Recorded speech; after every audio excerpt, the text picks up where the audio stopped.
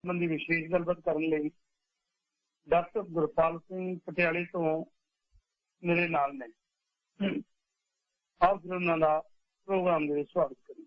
Doctor programme दिलों निशान KRP radio 1550 AM band के दिल दियां गैर स्वागत है जी। बहुत बहुत धन्यवाद कुलदीप भाजी ते तुहाडे राही सुन रहे 1550 दे सारे श्रोतिਆਂ ਨੂੰ मेरी बहुत निघी फतेह जी। डॉक्टर बहुत वधिया लगा, इसका काफी लंबा समय हो गया अपनी गलबात नहीं हुई। दूसरा अज पिछले प्रोग्रामां दे विच जदों भी गलबात करी जी है एक श्रोतिਆਂ वालों लांभा हुंदा है कि थायराइड बारे कभी बहुती गल विस्तार दे विच नहीं हुई। तो अज थोड़ा जिहा मैं जानना चाहुंदा कि थायराइड है कि ਇਹਦੇ ਕਿਹੜੇ ਨੁਕਸ ਪੈਂਦੇ ਨੇ, ਕਿਵੇਂ बचपन तो लेके बुढ़ापे तक ਇਹਦਾ असर ਹੁੰਦਾ है। कई कहते जी थायराइड मेरा घटे है, कई कहते ਵਧੇ है। ये थायराइड की थोड़ी जी विस्तार ਦੇ ਵਿੱਚ ਗੱਲਬਾਤ ਹੋਏਗੀ। हाँ जी, ਤੁਸੀਂ बड़ा सोहना अज टॉपिक चुनिया क्योंकि ਆਪਾਂ ਬਹੁਤੀ ਵਾਰ ਸ਼ੂਗਰ ਜਾਂ ਜਿਹਨੂੰ ਤੁਸੀਂ ਜਲੇਬੀ ਰੋਗ ਕਹਿੰਦੇ ਉਹਦੀ ਗੱਲ ਕਰਦੇ ਆਏ ਆ ਤੇ ਇਸੇ ਦੇ ਨਾਲ एक बहुत ही इंपॉर्टेंट एक होर बीमारी जिहड़ी कि काफी ज्यादा कॉमन है, काफी लोग इहदे तो दुखी हुंदे ने। कईयां दा थायराइड घट जांदा है ते कईयां दा वध जांदा है। तो सब तो पहला आपां जानिए भी ये थायराइड ग्लैंड की है। साडे शरीर दे विच कई सारे अंग ने, उन्हां नूं कहा जांदा है हार्मोन्स। वो प्रोड्यूस करदे ने हार्मोन्स। हार्मोन्स हुंदे ने जिहड़े एक जगह तो पैदा होके ते खून दे राही शरीर दे हर अंग विच पहुंचते ने ते अपने पैदा होने की जगह तो दूर जाके वो होर अंगां ते असर पाउंदे ने। इन्हां नूं कहा जांदा है हार्मोन्स। कुछ हार्मोन ग्लैंड साडे दिमाग दे अंदर ने जिन्हों मास्टर हार्मोन ग्लैंड कहा जांदा है, उसका नाम है पिट्यूटरी। उस तो बाद गले दे विच ग्लैंड हुंदे ने ते उहनूं कहा जांदा है थायराइड ग्लैंड। नाल ही उहदी एक ग्लैंड हुंदा है पैराथायराइड। इसे तरीके नाल जिहड़े गुर्दे ने उहनां दे टॉप ते एक ग्लैंड हुंदा, उहनूं एड्रीनल ग्लैंड कहंदे ने, जिहड़ा स्टीरॉयड प्रोड्यूस करदा है। ते एक ग्लैंड जिहड़ा सब नूं पता है वो पैनक्रियास दे अंदर हार्मोन प्रोड्यूस करदा जिहदा नाम है इंसुलिन, जिहदी कमी दे नाल शुगर रोग हो जांदा है। तो ये जिहड़े ग्लैंड ने इन्हां विचों असीं जिहड़ी अज जिहदी गल तुसीं शुरू कीती है वो है थायराइड ग्लैंड। ये ग्लैंड नूं बहुत ज्यादा जरूरी ग्लैंड है। ये सारे साडे शरीर दे फंक्शनस नूं कंट्रोल करदा है कि शरीर दा मैटाबॉलिक रेट कितना है। हुण मैं समझाना चाहां कि जिवें असीं देखिए इंसान है, असी जदों भजदे दौड़दे हाँ शरीर दे विच ऊर्जा वध पैदा हुंदी है, उदों गर्मी आ जाती है, मसल्स ने जिहड़े वो वध काम करदे ने, उन्हां वल खून वध जांदा है, ग्लूकोज दी जिहड़ी खपत है वो वध जांदी है। इस नूं कहा जांदा है कि मैटाबॉलिक रेट वध गया। दूसरे पासे जदों असीं सौ जांदे आ रात नूं सारी एक्टिविटी घट जांदी है ते मैटाबॉलिक रेट घट जाता है। इस तरीके नाल असीं देखिए जिवें सप है या होर जानवर ने जिहड़े सर्दियां दे विच हाइबरनेट कर जांदे ने, सौ जांदे ने, क्योंकि कोल्ड ब्लडेड हुंदे ने। तो ये सारियां चीज़ां जो कंट्रोल करदा है ग्लैंड, उहदा नाम है थायराइड ग्लैंड। साडे गले दे अगे पासे साह दी नाली जिथे है, जे तुसीं अपने हाथ ला के देखो गले दे अगे एक तुहानूं महसूस होएगी अपनी साह दी नाली। ਉਹਦੇ ਵਿੱਚ ਛੱਲੇ ਹੁੰਦੇ ਨੇ। जब ਤੁਸੀਂ ਹੱਥ ਆਪਣੇ ਅੱਗੇ ਸੈਂਟਰ ਦੇ ਵਿੱਚ ਗਲੇ ਦੇ ਫੇਰੋਗੇ ਤਾਂ ਉਹ ਛੱਲੇ ਜੇ ਮਹਿਸੂਸ ਹੋਣਗੇ, ਉਹ ਹੈ ਸਾਹ ਦੀ ਨਾਲੀ। ਉਸ ਦੇ ਅੱਗੇ ਬਿਲਕੁਲ ਥਾਇਰਾਇਡ ਗਲੈਂਡ ਪਿਆ ਹੁੰਦਾ ਹੈ। ਸਭ ਦੇ ਹੁੰਦਾ ਥਾਇਰਾਇਡ, ਕਿਉਂਕਿ ਇਹ ਮਾਸਟਰ ਗਲੈਂਡ ਹੈ, ਇਸ ਨੇ ਹੀ ਕੰਟਰੋਲ ਕਰਨਾ ਹੈ ਸਾਰਾ ਕੁਝ। ਲੇਕਿਨ ਜਦੋਂ ਇਹ ਵੱਧ ਜਾਂਦਾ ਹੈ ਉਦੋਂ ਇਹ ਦਿਖਣ ਵੀ ਲੱਗ ਪੈਂਦਾ ਤੇ ਉਦੋਂ ਇਸ ਨੂੰ ਗੋਇਟਰ ਦਾ ਨਾਮ ਦਿੱਤਾ ਜਾਂਦਾ ਕਿ ਇਹਦੇ ਗੋਇਟਰ ਦੀ ਬਿਮਾਰੀ ਹੋ ਗਈ ਹੈ, ਥਾਇਰਾਇਡ ਗਲੈਂਡ ਵੱਧ ਗਿਆ ਹੈ, ਦੂਰੋਂ ਦਿਖਣ ਲੱਗ ਪਿਆ। ਕਈ ਵਾਰ ਇੰਨਾ ਵੱਧ ਜਾਂਦਾ ਹੈ ਕਿ ਉਹ ਗਲੇ ਨੂੰ ਹੀ ਬਦਸੂਰਤ ਵਰਗਾ ਕਰ ਦਿੰਦਾ ਤੇ ਪਿੱਛੇ ਦੇ ਜਿਹੜੇ ਇਹਦੇ ਪਿੱਛੇ ਰਸਤੇ ਨੇ, ਭਾਵੇਂ ਉਹ ਖਾਣੇ ਦੀ ਨਲੀ ਹੈ, ਸਾਹ ਦੀ ਨਾੜੀ ਹੈ, ਉਹਨਾਂ ਦੇ ਵੀ ਪ੍ਰੈਸ਼ਰ ਪਾ ਕੇ ਹੋਰ ਵੀ ਤਕਲੀਫਾਂ ਪੈਦਾ ਕਰ ਸਕਦਾ।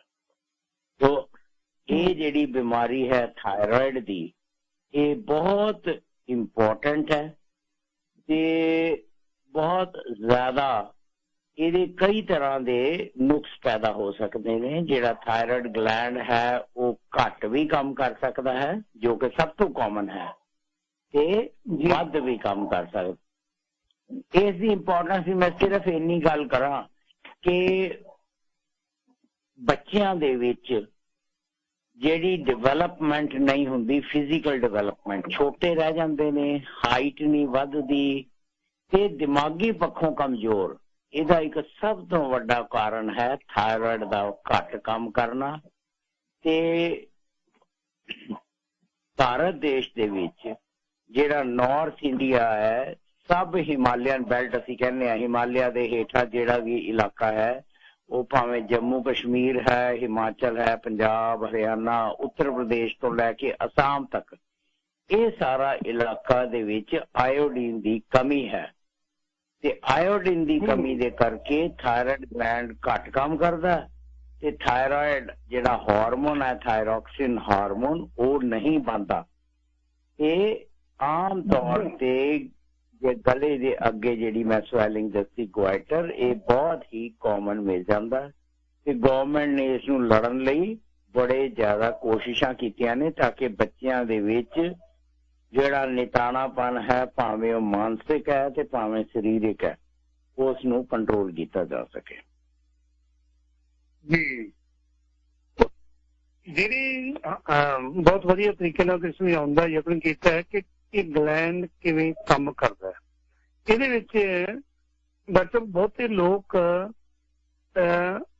ਕਈਆਂ ਨੂੰ ਇਹ ਜਦੋਂ ਵੱਧਦਾ ਹੈ, ਕਿਵੇਂ ਇਹਦਾ ਪਤਾ ਲੱਗਦਾ ਹੈ ਕਿ ਇਹ ਗਲੈਂਡ ਵੱਧ ਗਿਆ ਤੇ ਵਧਣ ਕਰਕੇ ਬਹੁਤੇ ਲੋਕਾਂ ਨੂੰ ਜਦੋਂ ਕਈ ਇਹ ਕੰਪਲੇਨ ਕਰਦੇ ਆ ਕਿ ਮੇਰਾ ਭਾਰ ਘਟ ਰਿਹਾ ਜਾਂ ਮੇਰਾ ਭਾਰ ਵੱਧ ਰਿਹਾ ਹੈ, ਇਹਦੇ ਸਿੰਪਟਮ ਕੀ ਨੇ? ਸਭ ਤੋਂ ਪਹਿਲਾਂ ਸਿੰਪਟਮ ਵੱਲ ਤੁਰੀਏ ਜੀ ਆਪਾਂ।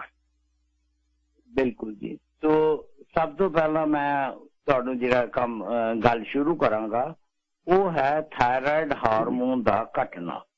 ਇਹ ਘੱਟ ਕੰਮ ਕਦੋਂ ਕਰਦਾ ਹੈ, ਕਿਉਂਕਿ ਇਹ ਸਭ ਤੋਂ ਕਾਮਨ ਬਿਮਾਰੀ ਹੈ, ਸੋ ਮੈਂ ਸਭ ਤੋਂ ਪਹਿਲਾਂ ਇਹਦੀ ਗੱਲ ਸ਼ੁਰੂ ਕਰਾਂਗਾ। ਅਜੇ ਬਚਪਨ ਤੋਂ ਲੈ ਕੇ ਤੇ ਬੁਢੇਪੇ ਤੱਕ ਇਹ ਕਿਸੇ ਵੀ ਟਾਈਮ ਇਹਦਾ ਜਿਹੜਾ ਕੰਮਕਾਰ ਹੈ ਉਹ ਘੱਟ ਹੋ ਸਕਦਾ ਹੈ।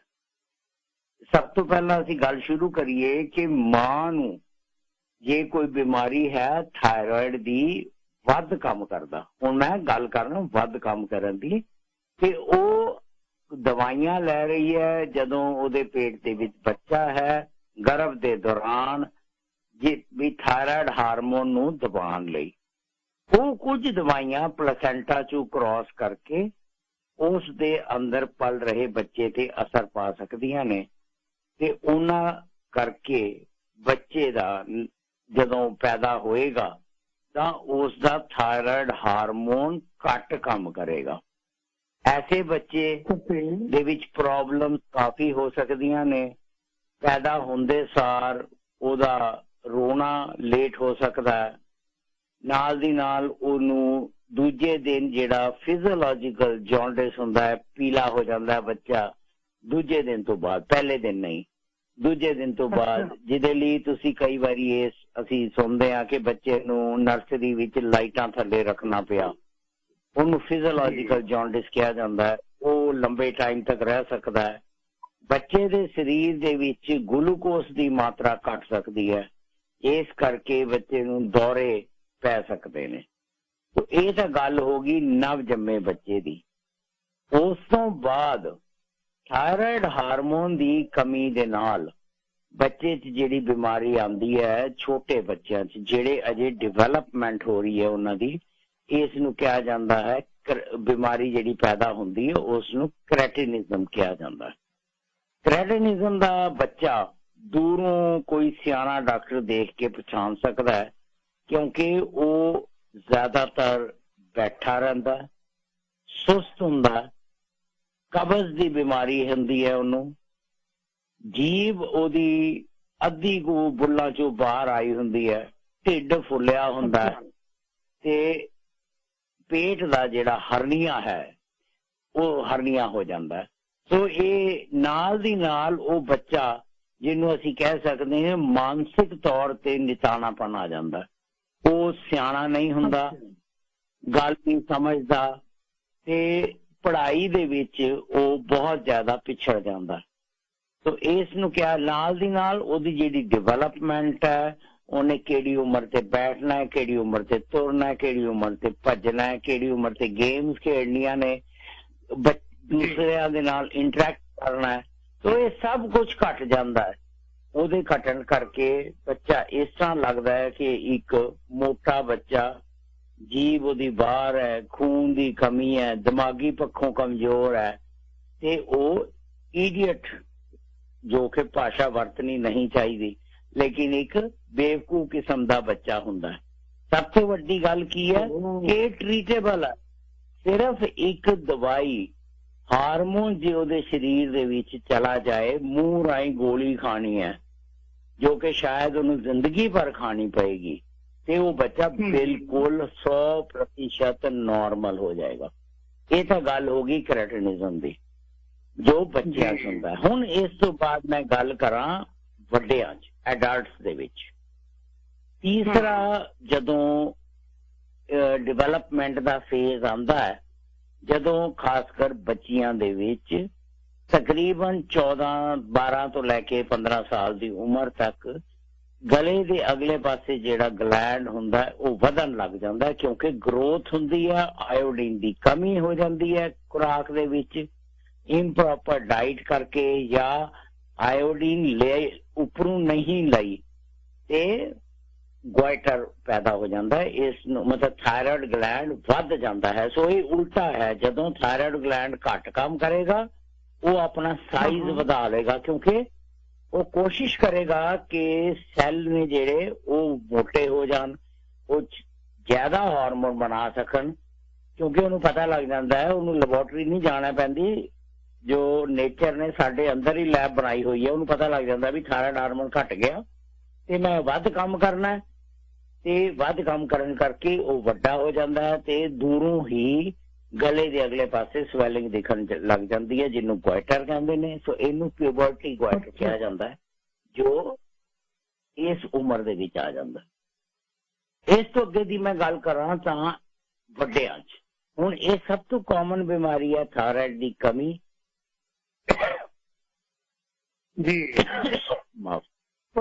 वड्डियां दे विच, हाँ जी, वड्डियां दे विच सब तो ज्यादा जो सिम्पटम ने थायराइड की कमी दे वो ने ठंड लगनी, सेंसिटिविटी टू कोल्ड, ठंड ज्यादा लगनी जेड़े मौसम दे विच। हाँ जी, हाँ जी, तुसीं जिक्र कीता सी बच्चियां दा, ये सारे सिम्पटम ने जिहड़े बचपन तो लैके बुढ़ेपे तक ये दोनों के उत्ते सेम वही सिम्पटम ने, बच्चे को भी उस तरह ही लगता है जो सिम्पटम तुसीं दस रहे हो, क्योंकि मैं इस करके थोड़ी जिहा तुहानूं रोकिया नहीं बच्चियां च। हाँ जी जी, हाँ जी, बच्चियां च मैं सिम्पटम की गल की क्योंकि उन्हां दा दिमाग वध रहा हुंदा है।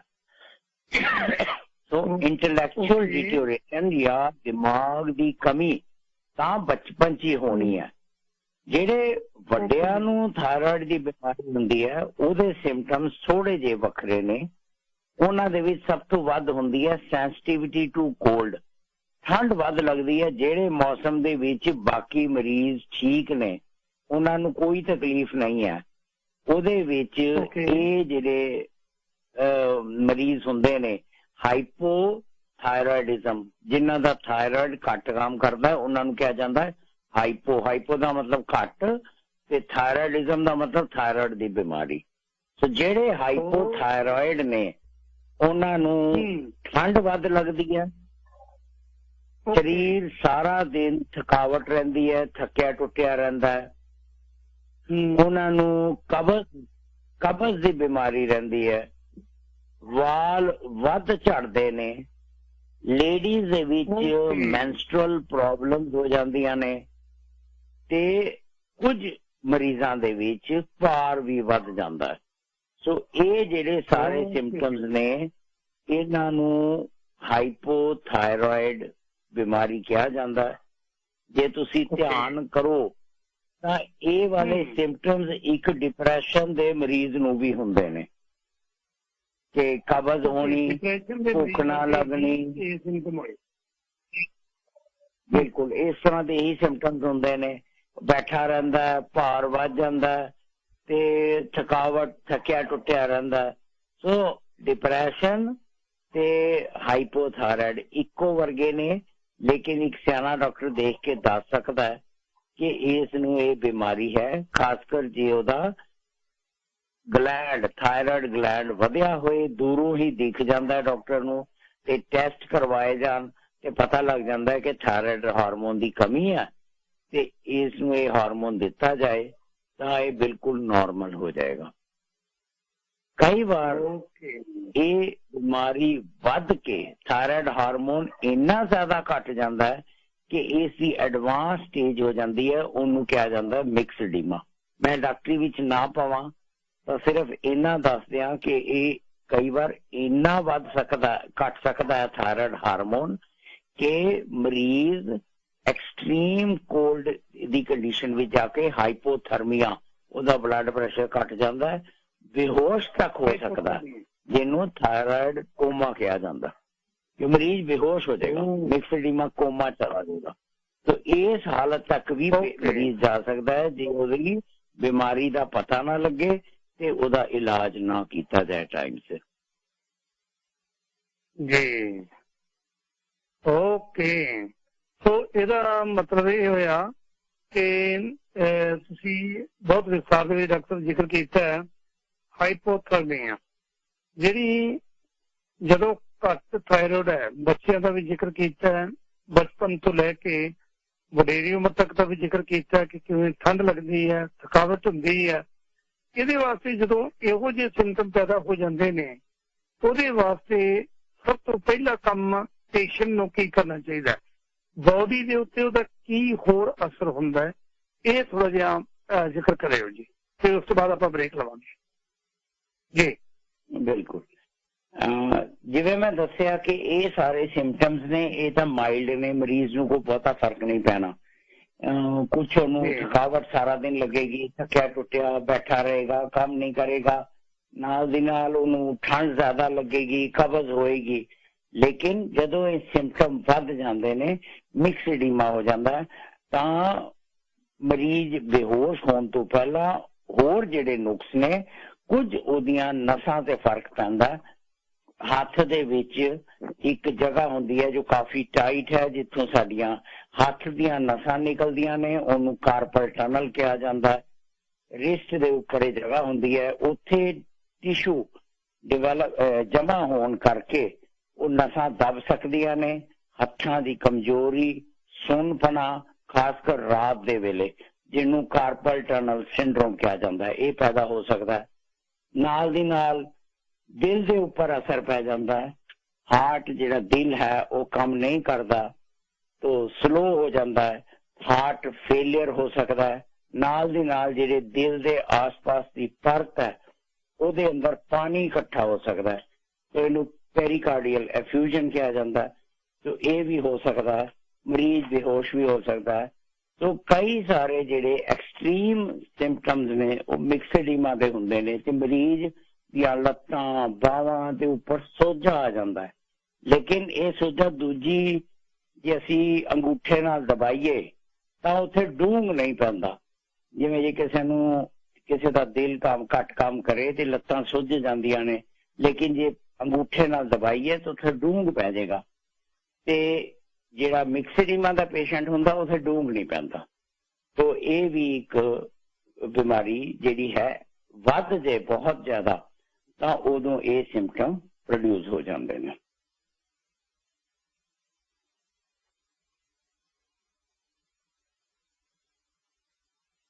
डॉक्टर जिवें तुसीं विस्तार दे विच एक गल समझाउण दा यतन कीता भी ये क्यों हुंदा है। बहुते लोग ने जिहड़े उन्हां नूं इस गल दा पता नहीं लगता कि उन्हां नूं थायराइड हो गया जां की चक्कर है। थायराइड दे नाल गर्दन दे उत्ते कई बारी कंप्लेंट करते हैं कि मेरी गर्दन मोटी हो गई है। ये भी एक सिम्पटम है जो गर्दन तो पता लग जाता है कि गर्दन मोटी है, तो थोड़ा जिहा हो सकता है भी थायराइड के ग्लैंड्स ने जिहड़े वधे होण।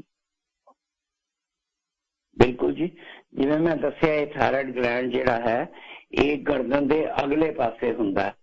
तो इस करके इन जिहड़ा थायराइड ग्लैंड है वो वधन करके गले दे अगे सोजा आ सकता है। ते लेकिन सिम्पटम की ने कला एक मैं जिवें दस्सिया कि थायरॉक्सिन हार्मोन जिहड़ा थायराइड ग्लैंड बनाता है ਉਹਨੂੰ ਬਣਾਉਣ ਲਈ ਸਰੀਰ ਨੂੰ ਆਇਓਡੀਨ ਦੀ ਲੋੜ ਹੈ ਤੇ ਜਿਹੜੇ ਇਲਾਕਿਆਂ ਵਿੱਚ ਆਇਓਡੀਨ ਦੀ ਕਮੀ ਹੈ ਤੇ ਡਿਵੈਲਪਮੈਂਟ ਹੈ ਤੇਜ਼ ਹੋ ਰਹੀ ਉਦੋਂ ਇਹ ਗਲੈਂਡ ਵੱਡਾ ਹੋ ਸਕਦਾ। ਲੇਕਿਨ ਟੈਸਟ ਹੀ ਦੱਸਣਗੇ ਕਿ ਥਾਇਰਾਇਡ ਘੱਟ ਕੰਮ ਕਰ ਰਿਹਾ ਜਾਂ ਵੱਡਾ ਹੋਣ ਕਰਕੇ ਕੰਮ ਚੱਲੀ ਜਾਂਦਾ ਹੈ। ਅੱਛਾ, ਤੇ ਇਹਦੇ ਵਿੱਚ ਡਾਕਟਰ ਤੁਸੀਂ ਦੱਸਤਾ क्योंकि मैं थोड़ा जिहा इस विस्तार इस करके जाना चाह रहा सी कि बड़े लंबे समय तो जदों भी कोई टॉक शो हुंदा है तो बहुत वड्डी तादाद दे विच लोग मैनूं वार-वार यही कहंदे भी कदे विस्तार दे विच थायराइड बारे डॉक्टर साहब नूं लैके आओ, थायराइड बारे लैके आयो। सो ये तुसीं बहुत वधिया तरीके नाल समझाउण दा यतन कीता कि थायराइड दे असल दे विच कारण की ने, क्यों ये हुंदा है, इहदे करके मुश्किल साडे शरीर दे विच पैदा क्यों हुंदी है। ये तो तुसीं समझाता। हुण इस तो बचन के उपाय दसो कि इसका इलाज किवें कीता जावे डॉक्टर साहब, ये बहुत जरूरी है। ओके, तो सब तो पहला आपां गल करिए बचन दे। तो बचन तो पहला जानन दी ये लोड़ ये चाहिदा है कि सानू पता होए भी थायराइड हार्मोन जिहड़ा है या थायराइड ग्लैंड है वो घट काम क्यों करन लग जांदा है। तुसीं हैरान हो गए जे मैं तुहानू दस्सां कि जे असीं लैबोरेटरी दे विच टैस्ट कराउण जांदे आ थायराइड हार्मोन दा ते इंडिया दे विच तकरीबन 400 तो 500 रुपए दा टेस्ट हुंदा है, जिहड़ी की रिपोर्ट तकरीबन सवेरे टेस्ट दिओ शाम तक आंदी है। मैनू कैनेडा च रेट नहीं पता बट ये रेट काफ़ी एप्रीशिएबल होएगा क्योंकि ये टेस्ट थोड़ा डिफिकल्ट हुंदा है। साडे शरीर दे अंदर एक ऐसी लैबोरेटरी बनी हुई है कि बिना कोई सैंपल भेजे खून का बॉडी नूं शरीर नूं आपे ही पता लग जाता है कि कदों थायराइड हार्मोन घट गया। नाल दी नाल जिहड़ा स्नेहा है वो पिछूटरी नूं जाना है। पिछूटरी दिमाग दे अंदर एक ग्लैंड हुंदा है, उन्हें कहना अच्छा बई थायराइड हार्मोन घट गया, चलो बई थायराइड नूं स्टिमुलेट करिए, इनू एक किक मारिए बई चल तू काम कर। ते उन्हें एक हार्मोन प्रोड्यूस करना जिहदा नाम है थायराइड स्टिमुलेटिंग हार्मोन। तो जिहड़ा हार्मोन थायराइड चों निकलदा ओहदा नाम हुंदा T3 ते T4 ते जिहड़ा पिछूटरी चों निकलदा है ओहदा नाम हुंदा TSH। तुसीं जे कदे रिपोर्ट अपनी थायराइड दी देखोगे ते ओहदे विच लिखिया हुंदा है T3 T4 ते TSH। तो जदों थायराइड घट जाना है उदों T3 ते T4 घट जाना है ते TSH ने वध जाना, क्योंकि TSH पिछूटरी ने एक किक मारी हुंदी है, चल भाई थायराइड होर काम कर, तेरी कमी हो रही है। तो तुसीं हैरान हो के कि इन्ना सेंसिटिव सिस्टम साडे शरीर दे अंदर बनया होया कि नाल दी नाल उन्हें पता लग जाता है कि हार्मोन घटदा पिया है ते वध हार्मोन बनाउण दी लोड़ है। घटन का सब तो नंबर 1 कारण जिहड़ा है वो है आयोडीन की कमी। सो जिवें मैं पहला दस्सिया कि आयोडीन जिहड़ा है ये पीण दे पानी विच हुंदा, साडी डाइट दे विच हुंदा, जदों असीं खाने आ ते आयोडीन शरीर दे अंदर जांदा। जिहड़े ਏਰੀਆਜ਼ ਦੇ ਵਿੱਚ ਆਇਓਡੀਨ ਦੀ ਕਮੀ ਹੈ, ਉੱਥੇ ਥਾਇਰਾਇਡ ਗਲੈਂਡ ਦੀ ਕੰਮ ਕਰਨ ਦੀ क्षमता ਜਿਹੜੀ ਹੈ ਉਹ ਪਾਵਰ ਘਟ ਜਾਂਦੀ ਹੈ ਤੇ ਬਹੁਤ ਮਰੀਜ਼ ਹਾਈਪੋਥਾਇਰਾਇਡਿਜ਼ਮ ਦੇ ਹੋ ਜਾਂਦੇ ਨੇ। ਇਸ ਨੂੰ ਬਚਾਉਣ ਦਾ ਸਭ ਤੋਂ ਸਿੰਪਲ ਸਿਸਟਮ ਹੈ ਕਿ ਨਮਕ ਜਿਹੜਾ ਵਰਤਣਾ ਹੈ ਉਹ ਆਇਓਡਾਈਜ਼ਡ ਨਮਕ ਹੋਏ, ਜਿਹਦੇ ਵਿੱਚ ਆਇਓਡੀਨ ਬਾਹਰੋਂ ਐਡ ਕੀਤੀ ਗਈ ਹੋਏ। ਜਿਹੜਾ ਇੰਡੀਆ ਦੇ ਵਿੱਚ ਹੈ ਇਹਨੂੰ ਕਹਿੰਦੇ ਆਇਓਡੀਨ ਡੈਫੀਸ਼ੀਐਂਸੀ ਡਿਸਆਰਡਰ ਨੂੰ ਪ੍ਰੀਵੈਂਸ਼ਨ ਪ੍ਰੋਗਰਾਮ। ਉਹਦੇ ਵਿੱਚ ਕਾਨੂੰਨਨ ਤੌਰ ਤੇ ਇਹ ਜ਼ਰੂਰੀ ਹੈ ਵੀ ਜਿਹੜਾ ਵੀ ਨਮਕ ਵੇਚਿਆ ਜਾਂਦਾ ਉਹਦੇ ਵਿੱਚ ਆਇਓਡੀਨ ਐਕਸਟਰਾ ਐਡ ਕੀਤੀ ਹੁੰਦੀ ਹੈ। ਇਹ ਮੈਂ ਤਾਂ ਥੋੜੀ ਜਿਹੀ ਗੱਲ ਛੋਈ ਜੀ ਜੀ ਜੀ ਇਹ ਜ਼ਰੂਰ ਤਾਂ ਕਿਉਂਕਿ ਅੱਜ ਕੱਲ ਇੱਕ ਫੈਸ਼ਨ ਚੱਲ ਪਿਆ ਹੈ ਕਿ ਜੀ ਉਹ ਪਿੰਕ ਰੌਕ ਸਾਲਟ ਵਰਤਿਆ ਜਾਏ, ਉਹ ਸਿਹਤਮੰਦ ਹੁੰਦਾ, ਜਿਹਨੂੰ ਪਾਕਿਸਤਾਨੀ ਨਮਕ ਵੀ ਕਿਹਾ ਜਾਂਦਾ ਹੈ, ਪਹਾੜੀ ਨਮਕ। ਬਿਲਕੁਲ। ਤੇ ਇਹ ਮੈਂ ਦੱਸਣਾ ਚਾਹਾਂਗਾ ਕਿ ਜਦੋਂ ਇਹ ਪ੍ਰੋਗਰਾਮ ਸ਼ੁਰੂ ਨਹੀਂ ਹੋਇਆ ਸੀ ਆਇਓਡੀਨ ਡੈਫੀਸ਼ੀਐਂਸੀ ਦਾ ਤੇ ਨਮਕ ਦੇ ਵਿੱਚ ਆਇਓਡੀਨ ਐਡ ਕਰਨ ਦਾ, ਤੇ ਸਾਰੇ ਦੇਸ਼ ਦੇ ਵਿੱਚ ਆਜ਼ਾਦੀ ਤੋਂ ਬਾਅਦ ਤੇ ਕਾਫੀ ਸਾਲਾਂ ਤੱਕ ਸਾਡੇ ਸਭ ਘਰਾਂ ਦੇ ਵਿੱਚ ਉਹੀ ਪਾਕਿਸਤਾਨੀ ਨਮਕ ਵਰਤਿਆ ਜਾਂਦਾ ਸੀ ਖਾਣੇ ਲਈ, ਤੇ ਉਹਦੇ ਵਿੱਚ ਆਇਓਡੀਨ ਬਹੁਤ ਘੱਟ ਹੁੰਦਾ ਤੇ ਹਾਈਪੋਥਾਇਰਾਇਡਿਜ਼ਮ, ਸਟੰਟਡ ਗਰੋਥ ਬੱਚਿਆਂ ਦੀ, ਦਿਮਾਗ ਦਾ ਨਿਤਾਣਾਪਨ, ਇਹ ਬਹੁਤ ਕਾਮਨ ਸੀ। ਜਦੋਂ ਦਾ ਆਇਓਡੀਨ ਅਸੀਂ ਨਮਕ ਦੇ ਵਿੱਚ ਐਡ ਕੀਤਾ ਤੇ ਇਹ ਵਾਲੀ ਬਿਮਾਰੀ ਕਾਫੀ ਹੱਦ ਤੱਕ ਕੰਟਰੋਲ ਹੋ ਗਈ ਹੈ। ਸੋ ਇਹ ਮੇਰਾ ਕਹਿਣਾ ਬਹੁਤ ਜ਼ਰੂਰੀ ਸੀ ਕਿ ਰੌਕ ਸਾਲਟ, ਪਾਕਿਸਤਾਨੀ ਨਮਕ, ਪਿੰਕ ਸਾਲਟ ਉਹਨੂੰ ਕਿਹਾ ਜਾਂਦਾ ਵੀ ਜੀ ਇਹ ਬਹੁਤ ਵਧੀਆ ਹੁੰਦਾ, ਵਰਤੋਂ ਸਹੀ ਸ਼ੌਕੀਆ, ਪਰ ਜਦੋਂ ਕੁਕਿੰਗ ਕਰਨੀ ਹੈ, ਰੋਟੀ ਬਣਾਉਣੀ ਹੈ, ਉਹਦੇ ਵਿੱਚ ਜਿਹੜਾ ਨਮਕ ਹੈ ਉਹ ਆਇਓਡਾਈਜ਼ ਸਾਲਟ ਹੀ ਹੋਣਾ ਚਾਹੀਦਾ। ਸੋ ਅੱਗੇ ਕਾਰਨਾਂ ਦੀ ਗੱਲ ਕਰੀਏ। ਇੱਕ ਮਿੰਟ ਡਾਕਟਰ ਸਾਹਿਬ ਇੱਥੇ ਮੈਂ ਰੋਕਣਾ ਚਾਹੁੰਦਾ। ਸੋ ਜਿਹੜਾ ਇਹ ਮਨ ਦੇ ਵਿੱਚ ਸਾਡੇ ਵਹਿਮ ਵੜਿਆ ਹੋਇਆ ਕਿ ਇਹ ਕਾਲਾ ਨਮਕ ਹੈ, ਜਿਹੜਾ ਪਹਾੜੀ ਨਮਕ ਹੈ, ਪਾਕਿਸਤਾਨੀ ਨਮਕ ਜਿਹਨੂੰ ਕਹਿੰਦੇ ਆ, ਪਿੰਕ ਕਲਰ ਦਾ ਨਮਕ ਹੈ, ਇਹ ਇਹਦਾ ਮਤਲਬ ਹੈ ਲਾਹੇਵੰਦ ਨਹੀਂ ਹੈ। ਫਿਰ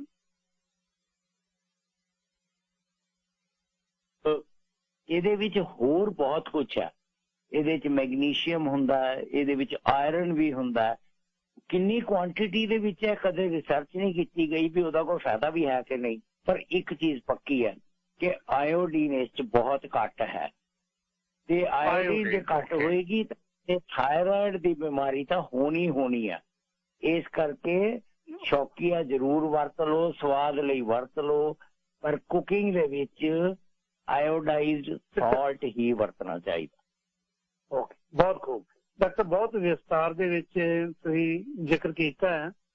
ਆਪਾਂ ਇੱਕ ਛੋਟੀ ਬ੍ਰੇਕ ਲੈ ਕੇ ਬ੍ਰੇਕ ਤੋਂ ਬਾਅਦ ਇਹਦੇ ਪ੍ਰੀਕਾਸ਼ਨ, ਇਹਦਾ ਬਚਾਓ, ਇਹਦਾ ਇਲਾਜ ਥਾਇਰਾਇਡ ਦਾ ਕੀ ਹੈ, ਤੇ ਉਸ ਤੋਂ ਬਾਅਦ ਨਾਲ ਹੀ ਮੈਂ ਲਾਈਨਾਂ ਖੋਲ੍ਹਦੇ ਹਾਂ 1844। ਇਸ ਬ੍ਰੇਕ ਤੋਂ ਬਾਅਦ ਨਾਲ ਹੀ ਲਾਈਨਾਂ ਨੇ, ਕਿਉਂਕਿ ਬਾਅਦ ਦੇ ਵਿੱਚ ਸਮਾਂ ਥੋੜਾ ਹੁੰਦਾ ਹੈ, ਗੱਲਬਾਤ ਤੁਹਾਡੇ ਨਾਲ ਹੋ ਨਹੀਂ ਸਕਦੀ। ਇਸ ਕਰਕੇ ਯਤਨ ਹੈ ਕਿ ਆਓ ਤੁਹਾਡੀ ਪਹਿਲਾਂ ਹੀ ਕਾਲ ਸ਼ੁਰੂ ਕਰ ਦਿੰਦੇ ਇਸ ਬ੍ਰੇਕ ਤੋਂ ਬਾਅਦ, ਤਾਂ ਜੋ ਤੁਸੀਂ ਸ਼ਾਮਲ ਹੋ ਕੇ ਡਾਕਟਰ ਸਾਹਿਬ ਨੂੰ ਨਾਲ ਦੀ ਨਾਲ ਸਵਾਲ ਵੀ ਪੁੱਛ ਸਕੋ। ਡਾਕਟਰ ਗੁਰਪਾਲ ਸਿੰਘ ਸਦੇਵਾ ਇੰਟਰਨਲ ਮੈਡੀਸਨ ਦੇ ਬੜੇ ਆਲਾ ਡਾਕਟਰ ਨੇ, government general hospital Patiala, Punjab ਦਾ ਜਿਹੜਾ ਸਭ ਤੋਂ ਵੱਡਾ ਹਸਪਤਾਲ ਹੈ, ਉੱਥੇ ਇੰਟਰਨਲ ਦੇ ਆਲਾ ਡਾਕਟਰ ਨੇ। ਬ੍ਰੇਕ ਲੈ ਲਈਏ, ਬ੍ਰੇਕ ਤੋਂ ਬਾਅਦ ਵਾਪਸ ਆਏ ਡਾਕਟਰ ਨਾਲ ਗੱਲਬਾਤ ਕਰਾਂਗੇ। ਸਾਰਿਓ ਸਰੋਤੇ ਨੇ ਜਿਹੜੇ, ਸਾਰਿਆਂ ਨੂੰ ਮੈਂ ਬੇਨਤੀ ਕਰਾਂ ਕਿ ਆਪਣਾ ਸਵਾਲ ਥਾਇਰਾਇਡ ਬਾਰੇ, ਜਿਹੜਾ ਕਈ ਵਾਰੀ ਤੁਹਾਨੂੰ ਜਦੋਂ ਡਾਕਟਰ ਕੋਲ ਜਾਈਦਾ ਹੈ, ਨਾ ਤਾਂ ਜਿਹੜੇ ਪੰਜਾਬੀ ਬੋਲਣ ਵਾਲੇ ਨੇ, ਜੇ ਸਾਡਾ ਡਾਕਟਰ ਦੂਸਰਾ ਗੋਰਾ ਹੈ ਤੇ ਫਿਰ ਉਹਨੂੰ ਇੱਕ ਵਾਰੀ ਤਾਂ ਪੰਜਾਬੀ 'ਚ ਤੁਹਾਨੂੰ ਸਮਝਾ ਕੇ ਭੇਜ ਦਿੰਦੇ ਆ ਬੱਚੇ ਦੀ ਥਾਇਰਾਇਡ ਹੈ, ਅੱਗੇ ਉਹ ਕੀ ਸਮਝਾਉਂਦਾ ਕੀ ਕਹਿੰਦਾ ਉਹ ਪਤਾ ਨਹੀਂ ਲੱਗਦਾ, ਕਿਹੜੇ ਗਲੈਂਡ ਨੇ ਕਿਵੇਂ ਕੰਮ ਕਰਦੇ ਆ, ਕਿੰਨਾ ਕੁ ਅਸਰ ਪਾਉਂਦੇ ਆ ਬੋਡੀ ਦੇ ਵਿੱਚ, ਨਹੀਂ ਪਤਾ। ਇਹੀ ਕਾਰਨ ਹੈ ਕਿ ਅੱਜ ਡਾਕਟਰ ਗੁਰਪਾਲ ਸਿੰਘ ਸਚਦੇਵਾ, ਜਿਹਨਾਂ ਨੂੰ ਮੈਂ ਬੇਨਤੀ ਕੀਤੀ ਹੈ, ਵਿਸਤਾਰ ਦੇ ਵਿੱਚ ਤੁਹਾਨੂੰ ਸਮਝਾਇਆ, ਤੇ ਨਾਲ ਦੀ ਨਾਲ ਦੀ ਪ੍ਰੀਕਾਸ਼ਨ ਦੀ ਵੀ ਗੱਲਬਾਤ ਕਰਾਂਗੇ ਤੇ ਇਲਾਜ ਕਿਵੇਂ ਕਰਨਾ ਉਹਦੀ ਵੀ ਗੱਲਬਾਤ ਕਰਾਂਗੇ। ਡਾਕਟਰ ਨਾਲ ਦੇ ਨਾਲ ਕੁਝ ਸਰਕਾਰੀ ਸਰੋਤੇ ਨੇ, ਉਹਨਾਂ ਦੀ ਗੱਲ ਸੁਣਦੇ ਰਹੀਏ ਤੇ ਬਾਅਦ ਦੇ ਵਿੱਚ ਪ੍ਰੀਕਾਸ਼ਨ ਤੇ ਇਹਦੇ ਇਲਾਜ ਦੀ ਗੱਲਬਾਤ ਵੀ ਕਰਾਂਗੇ। ਸਰਦਾਰ ਠਾਕੁਰ ਸਿੰਘ ਜੀ, ਤੁਸੀਂ ਕਿਉਂ? ਤੁਹਾਡਾ ਬਹੁਤ ਬਹੁਤ ਸਵਾਗਤ ਹੈ ਜੀ। ਹਾਂਜੀ, ਆਉਂਦੀ ਆ ਜੀ ਆਵਾਜ਼? ਬਿਲਕੁਲ ਕਲੀਅਰ ਹੈ, ਤੱਲੀ ਵਰਗੀ ਆਵਾਜ਼ ਹੈ ਬਾਈ ਜੀ। ਹਾਂਜੀ, ਸਰਦਾਰ ਕੁਲਦੀਪ ਸਿੰਘ ਤੇ ਡਾਕਟਰ ਸਾਹਿਬ ਨੂੰ ਪਿਆਰ ਭਰੀ ਸਤਿ ਸ੍ਰੀ ਅਕਾਲ ਜੀ। ਸਤਿ ਸ਼੍ਰੀ ਅਕਾਲ ਵੀਰ ਜੀ। ਦੇਖੋ ਜੀ, ਮੈਂ ਬਹੁਤ ਬਹੁਤ ਤੁਹਾਡਾ ਸ਼ੁਕਰਗੁਜ਼ਾਰ ਹਾਂ, ਧੰਨਵਾਦ ਆ ਕੁਲਦੀਪ ਸਿੰਘ ਤੇ ਜਿਹੜੇ ਡਾਕਟਰ ਸਾਹਿਬ ਆਉਂਦੇ ਆ, ਬਹੁਤ ਜ਼ਿਆਦਾ ਯੋਗਦਾਨ ਆ ਤੁਹਾਡਾ। ਆਮ ਜਿਹੜੀ ਜਨਤਾ ਸੁਣਦੀ ਆ, ਸਾਰਿਆਂ ਨੂੰ ਬਹੁਤ ਬਹੁਤ ਫਾਇਦਾ ਹੁੰਦਾ ਇਹਦਾ। ਤੇ ਕੁਲਦੀਪ ਸਿੰਘ ਜੀ, ਮੈਂ ਤੁਹਾਡਾ ਦੋਹਾਂ ਦਾ ਧੰਨਵਾਦ ਹੀ ਕਰਨਾ ਸੀ ਤੇ ਅਕਾਲ ਪੁਰਖ ਦੀ ਕਿਰਪਾ, ਬਹੁਤ ਤੁਹਾਡਾ ਜ਼ਿਆਦਾ ਹੀ ਧੰਨਵਾਦ ਆ। ਸ਼ੁਕਰ ਕਰ ਮੇਰੇ ਨੂੰ, ਮਿਹਰਬਾਨੀ, ਸਤਿ ਸ੍ਰੀ ਅਕਾਲ। ਧੰਨਵਾਦ ਜੀ, ਚੜ੍ਹਦੀ ਕਲਾ। ਜਦੋਂ ਸਾਡਾ ਇਸ ਮੰਚ ਦਾ ਔਰ ਖਾਸ ਕਰਕੇ ਬਹੁਤਿਆਂ ਨੂੰ ਇਸ ਗੱਲ ਦਾ ਵੀ ਗਿਆਨ ਹੋਣਾ ਚਾਹੀਦਾ ਹੈ ਕਿ ਇਕੱਲੇ ਡਾਕਟਰ ਗੁਰਪਾਲ ਸਿੰਘ ਨਹੀਂ, ਇਸ ਪਰਿਵਾਰ ਦਾ ਕਮਿਊਨਿਟੀ ਨੂੰ ਬੜੀ ਵੱਡੀ ਕੰਟਰੀਬਿਊਸ਼ਨ ਹੈ, ਬਹੁਤ ਵੱਡੀ। ਕਿਉਂਕਿ doctor Harshinder Kaur, doctor Gurpal Singh community ਦੇ ਵਿੱਚ ਜਾਗਰਤੀ ਫੈਲਾਉਣ ਦੇ ਲਈ ਇਕੱਲਾ ਮੈਡੀਕਲ ਖੇਤਰ ਨਾਲ ਹੀ ਨਹੀਂ, ਡਾਕਟਰ ਹਰਸ਼ ਚੈਰੀਟੇਬਲ ਟਰਸਟ ਦੇ ਰਾਹੀਂ ਬੜੀ ਵੱਡੀ ਤਾਦਾਦ ਦੇ ਵਿੱਚ ਬੱਚੀਆਂ ਨੇ ਪੰਜਾਬ ਦੇ ਵਿੱਚ, ਜਿਨ੍ਹਾਂ ਨੂੰ ਅਡਾਪਟ ਕਰਕੇ ਉਹਨਾਂ ਦੀ ਵਿਦਿਆ ਦਾ, ਉਹਨਾਂ ਦੀ ਐਜੂਕੇਸ਼ਨ ਦਾ ਆਪ ਧਿਆਨ ਖੁਦ ਰੱਖਦੇ ਨੇ, ਜਿਵੇਂ ਆਪਣੇ ਬੱਚਿਆਂ ਨੂੰ ਰੱਖੀਦਾ। ਇਹ ਬੜਾ ਵਧੀਆ ਉਪਰਾਲਾ ਪਰਿਵਾਰ ਵੱਲੋਂ। ਸੁਖਵਿੰਦਰ ਕੌਰ ਜੌਹਲ ਭੈਣ ਜੀ, ਤੁਹਾਡਾ ਦਿਲ ਦੀਆਂ ਗਹਿਰਾਈਆਂ ਚ ਸਵਾਗਤ ਹੈ ਜੀ। ਸਤਿ ਸ੍ਰੀ ਅਕਾਲ ਭਾਜੀ, ਦੋਨਾਂ ਵੀਰਾਂ ਨੂੰ, ਡਾਕਟਰ ਸਾਹਿਬ ਨੂੰ ਵੀ ਸਤਿ ਸ੍ਰੀ ਅਕਾਲ। ਮੇਰਾ ਥੋੜਾ ਜਿਹਾ ਸਵਾਲ ਹਟਮਾ ਆ ਭਾਜੀ। ਕੋਈ ਨਹੀਂ। ਹਾਂਜੀ, ਮੈਨੂੰ ਜਿੱਦਾਂ ਹੈਗਾ ਬਲੱਡ ਪ੍ਰੈਸ਼ਰ ਆ। ਓਕੇ। ਬਲੱਡ ਪ੍ਰੈਸ਼ਰ ਆ ਤਾਂ ਮੈਂ ਦਵਾਈ ਵੀ ਖਾਂਦੀ ਆ, ਤਾਂ ਮੇਰਾ ਭਾਰ ਵੱਧ ਗਿਆ ਥੋੜਾ ਜਿਹਾ, ਜਿੱਦਾਂ 5-6 ਪਾਉਂਡ ਵੱਧ ਗਿਆ ਆ। ਓਕੇ। ਇਹਦੇ ਬਾਰੇ ਮੈਂ ਪੁੱਛਣਾ ਸੀਗਾ ਡਾਕਟਰ ਸਾਹਿਬ ਨੂੰ ਵੀ ਕੀ ਕਰਨਾ ਚਾਹੀਦਾ ਮੈਨੂੰ। ਥੋੜਾ ਜਿਹਾ ਵਾਕ ਵਗੈਰਾ ਕਰਦੇ ਹੋ, ਐਕਸਰਸਾਈਜ਼ ਕਰਦੇ ਹੋ ਥੋੜੀ ਬਹੁਤ? ਹਾਂਜੀ ਕਰਦੀ ਆ, ਥੋੜਾ ਕਰਦੀ ਆ। ਮੈਨੂੰ ਸਾਹ ਬਹੁਤ ਚੜਦਾ, ਜਿਹੜੀ ਬਿਮਾਰੀ ਆ, ਜਿੱਦਾਂ ਹਾਰਟ ਬਹੁਤ ਤੇਜ਼ ਹੋ ਜਾਂਦਾ। ਹਾਂਜੀ, ਹੋਲਡ ਕਰਕੇ ਰੱਖਿਓ, ਛੱਡਿਓ ਨਾ, ਆਪਾਂ ਡਾਕਟਰ ਨੂੰ ਪੁੱਛ ਲਈ ਪਹਿਲਾਂ। ਡਾਕਟਰ ਸਾਹਿਬ। ਓਕੇ ਜੀ। ਹਾਂਜੀ, ਬਿਲਕੁਲ ਜੀ, ਮੈਂ ਇਹਨਾਂ ਦੀ ਗੱਲ ਸੁਣੀ ਜੀ। ਸਭ ਤੋਂ ਪਹਿਲਾਂ ਤਾਂ ਗੱਲ ਇਹ ਹੈ ਜੀ ਕਿ ਬਲੱਡ ਪ੍ਰੈਸ਼ਰ ਇੱਕ ਬੜੀ ਕਾਮਨ ਬਿਮਾਰੀ ਹੈ ਤੇ ਕਾਫੀ ਲੋਕਾਂ ਨੂੰ ਹੁੰਦਾ ਹੈ, ਲੇਕਿਨ ਆਮ ਤੌਰ ਤੇ ਅਸੀਂ ਹਾਈਪਰਟੈਂਸ਼ਨ ਜਾਂ ਬਲੱਡ ਪ੍ਰੈਸ਼ਰ ਦੀ ਬਿਮਾਰੀ ਨੂੰ ਕਹਿੰਦੇ ਹਾਂ ਸਾਇਲੈਂਟ। ਇਹ ਸਾਇਲੈਂਟ ਡਿਜ਼ੀਜ਼ ਹੁੰਦੀ ਹੈ, ਜੇ ਜਾਓਗੇ ਨੋਟ ਕਰਾਓਗੇ ਤਾਂ ਹੀ ਪਤਾ ਲੱਗਦਾ।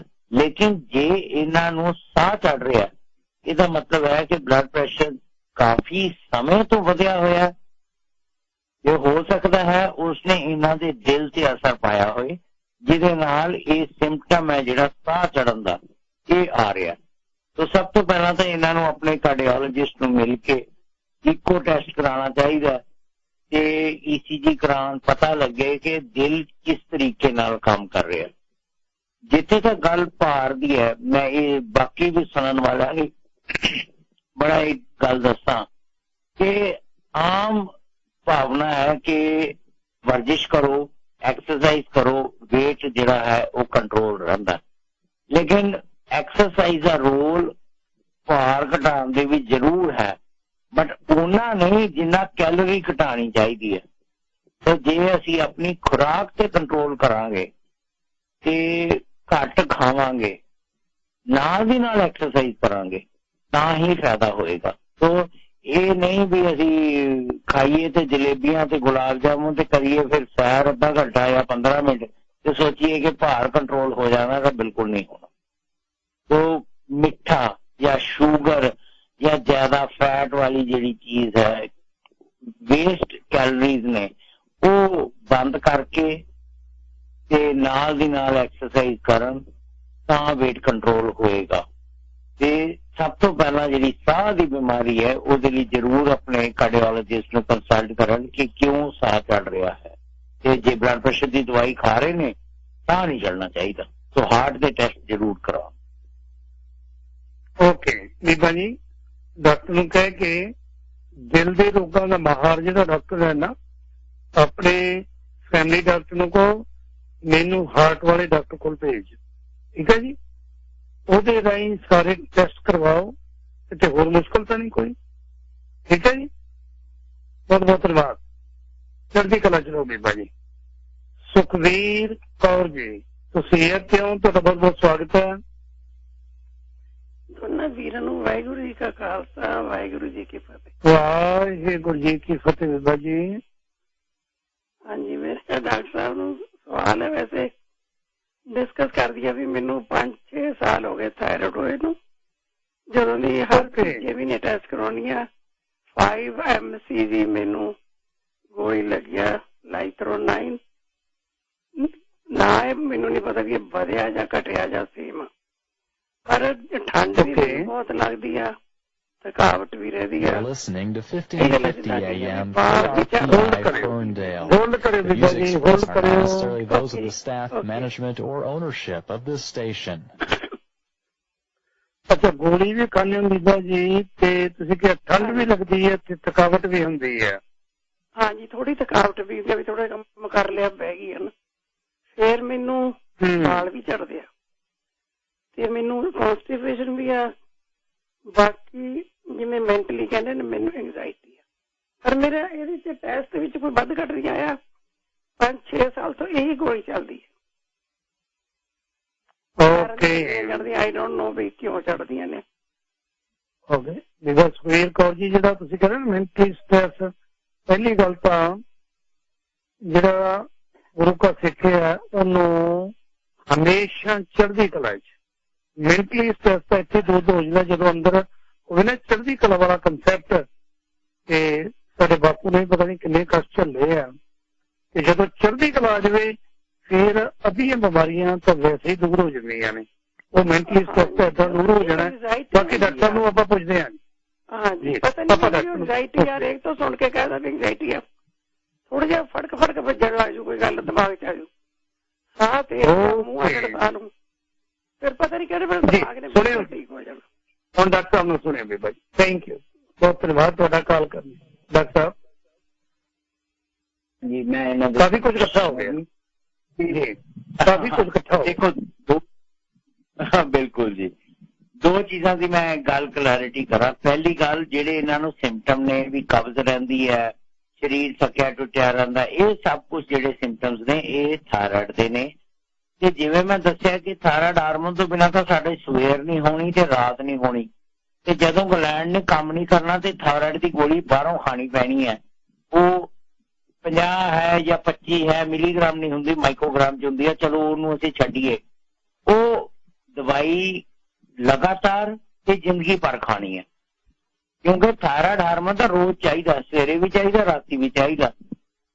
ਆਪਣਾ ਥਾਇਰਾਇਡ ਗਲੈਂਡ ਬਣਾ ਨਹੀਂ ਰਿਹਾ, ਤੇ ਇਸ ਕਰਕੇ ਦਵਾਈ ਜਿਹੜੀ ਹੈ ਉਹ, ਮੈਨੂੰ ਉੱਥੇ ਦਾ ਤਾਂ ਨਹੀਂ ਪਤਾ, ਤੁਹਾਡਾ ਨੈਚੁਰਲ ਇੰਸ਼ੋਰੈਂਸ ਕਵਰ ਹੁੰਦਾ ਹੈ, ਪਰ ਇੰਡੀਆ ਦੇ ਵਿੱਚ ਵੀ ਜਿਹੜੀ ਹੈ ਇਸ ਤੋਂ ਸਸਤੀ ਦਵਾਈ ਸ਼ਾਇਦ ਹੀ ਕੋਈ ਹੁੰਦੀ ਹੈ, ਕੁਝ ਪੈਸਿਆਂ ਦੀ ਗੋਲੀ ਹੈ। ਸੋ ਕਾਫੀ ਸਸਤਾ ਤੇ ਸਿੰਪਲ ਇਲਾਜ ਹੈ। ਇਹ ਕਰਨਾ ਹੀ ਕਰਨਾ ਹੈ, ਗੋਲੀ ਸਵੇਰੇ ਉੱਠ ਕੇ ਖਾਲੀ ਪੇਟ ਲੈਣੀ ਹੈ ਗੋਲੀ। ਇੱਕੋ ਟਾਈਮ ਰੱਖਣਾ ਹੈ, ਸਵੇਰ ਦਾ ਟਾਈਮ ਰੱਖਣਾ ਹੈ ਤੇ ਖਾਲੀ ਪੇਟ ਲੈਣੀ ਹੈ, ਤਾਂ ਕਿ ਇਹਦੀ ਐਬਜ਼ੌਰਪਸ਼ਨ ਹੋਏ। ਆਪਣੇ ਡਾਕਟਰ ਦੀ ਸਲਾਹ ਦੇ ਨਾਲ ਉਹਨੇ ਆਪਣਾ TSH ਡਾਕਟਰ ਨੇ ਕਰਾ ਕੇ ਦੇਖਣਾ ਵੀ ਥਾਇਰਾਇਡ ਠੀਕ ਕੰਮ ਕਰਦਾ ਤਾਂ ਵਧੀਆ। ਦੂਜੇ ਜਿਹੜੇ ਸਿੰਪਟਮ ਨੇ ਇਹਨਾਂ ਦੇ, ਉਹ ਜ਼ਿਆਦਾ ਮੈਨੂੰ ਐਂਗਜ਼ਾਇਟੀ ਤੇ ਡਿਪਰੈਸ਼ਨ ਦੇ ਸਿੰਪਟਮਸ ਲੱਗਦੇ ਨੇ। ਤੋ ਇਹਦਾ ਇਹ ਆਪਣਾ, ਜਿਵੇਂ ਤੁਸੀਂ ਗੱਲ ਕੀਤੀ ਕਿ ਜੇ ਚੜ੍ਹਦੀ ਕਲਾ ਹੋਵੇ ਤਾਂ ਨਾ ਤਾਂ ਹੁੰਦੀ ਹੈ ਐਂਗਜ਼ਾਇਟੀ ਤੇ ਨਾ ਹੁੰਦੀ ਹੈ ਡਿਪਰੈਸ਼ਨ। ਤੋ ਇਹ ਦੋ ਚੀਜ਼ਾਂ ਜੇ ਇਹਨਾਂ ਤੇ ਹਾਵੀ ਹੋ ਰਹੀਆਂ ਨੇ, ਮਨ ਉਦਾਸ ਰਹਿੰਦਾ ਹੈ, ਘਬਰਾਹਟ ਹੁੰਦੀ ਹੈ, ਉਹਦੇ ਲਈ ਡਾਕਟਰ ਦੀ ਸਲਾਹ ਦੇ ਨਾਲ, ਜੇ ਆਪ ਆਪਣੇ ਦਿਮਾਗ ਨੂੰ ਨਹੀਂ ਕੰਟਰੋਲ ਕਰ ਸਕਦੇ, ਚੜ੍ਹਦੀ ਕਲਾ ਨਹੀਂ ਹੋਇਆ ਜਾਂਦਾ, ਚਿੰਤਾ ਦਿਮਾਗ ਨੂੰ ਘੇਰੇ ਰੱਖਦੀ ਹੈ, ਰਾਤ ਨੂੰ ਨੀਂਦ ਨਹੀਂ ਆਉਂਦੀ, ਸਾਰਾ ਦਿਨ ਡਰ ਹੀ ਲੱਗੀ ਜਾਂਦਾ ਵੀ ਪਤਾ ਨਹੀਂ ਕੱਲ ਕੀ ਹੋ ਜਾਣਾ, ਤੇ ਜ਼ਰੂਰ ਦਵਾਈ ਦੀ ਹੈਲਪ ਲੈਣ, ਐਂਟੀ ਡਿਪਰੈਸੈਂਟ ਲੈਣ ਜਾਂ ਐਂਗਜ਼ਾਇਟੀ ਦੀ ਦਵਾਈ ਲੈਣ।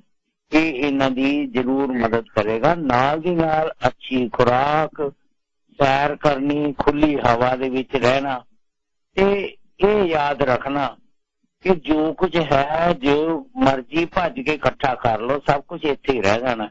खुले हाथ आए ते खुले हाथ ही जाना, मुठियां तो बंद होनियां नहीं जान वेले, कुछ नाल नहीं लेके जाना जी। बहुत खूब, बहुत खूब डॉक्टर साहब। दीदा जी जो डॉक्टर साहब कह के गए ने, शायद तुम ये सोचो दुनियावी बाहरी, पता नहीं मैनू किन्नी चिंता है, मीडिया की चिंता, परिवार की चिंता, बच्चों की चिंता, व्यापार की चिंता, दुनिया की चिंता, दुनिया की कहती होनी है कि सारिया चिंतावां मैं झोले च बन के गड्डी दे टांके सुट देना हुंदा, हैगियां ने, पर जिंदगी नू इन्ना रुझेवियां च रखे है कि टाइम ही नहीं मिलता इन्हां चिंतावां बारे सोचण दा। टाइम कड्डी दा थोड़ा बहुत कि जिम जा सका, टाइम कड्डी दा थोड़ा बहुत कि जिंदगी के बाकी रुझेवियां दे नाल नाल मैं वाक भी कर सका, कुदरती जिहड़े नज़ारे ने उन्हां दा आनंद मान सका। यस, हर दुनिया नू इस गल की चिंता है, पर जदों ओहदी हुक्म ओहदी रजा दे विच रह के परिवारक ने कई चीज़ां नहीं दस हुंदियां, बहुत कुछ हुंदा परिवार दे विच, पर जिहड़ी गल पहला कही सी चढ़दी कला ते ओहदी रजा ते हुक्म च रहने आ, फिर मेरा ख्याल भी डॉक्टर साहब ने भी बहुत वधिया किया, तुसीं अपने फैमिली डॉक्टर नूं कहो मेरी किसी साइकेट्रिस्ट नाल या साइकोलॉजिस्ट नाल तुसीं एक बारी अपॉइंटमेंट बनाओ ते उस तो बाद उन्हां नूं दिल दी एक ही गल दसो, कोई छुपाउण दी। डॉक्टर एक रब दा रूप हुंदा दा, तुहानूं इउं लगदा है कि तुसीं परमात्मा नाल बह के गल्लां कर रहे हो, एक ही गल दसो। डॉक्टरां दी पढ़ाई, इन्हां दी जिंदगी दे तजर्बे ही इसे करके हुंदे, एक ही गल प्यार नाल सुनन तो बाद फिर तुहानूं दा हल भी दसदे आ। चढ़दी कला च रहो। बहुत धन्यवाद तुहाडी कॉल करन लई।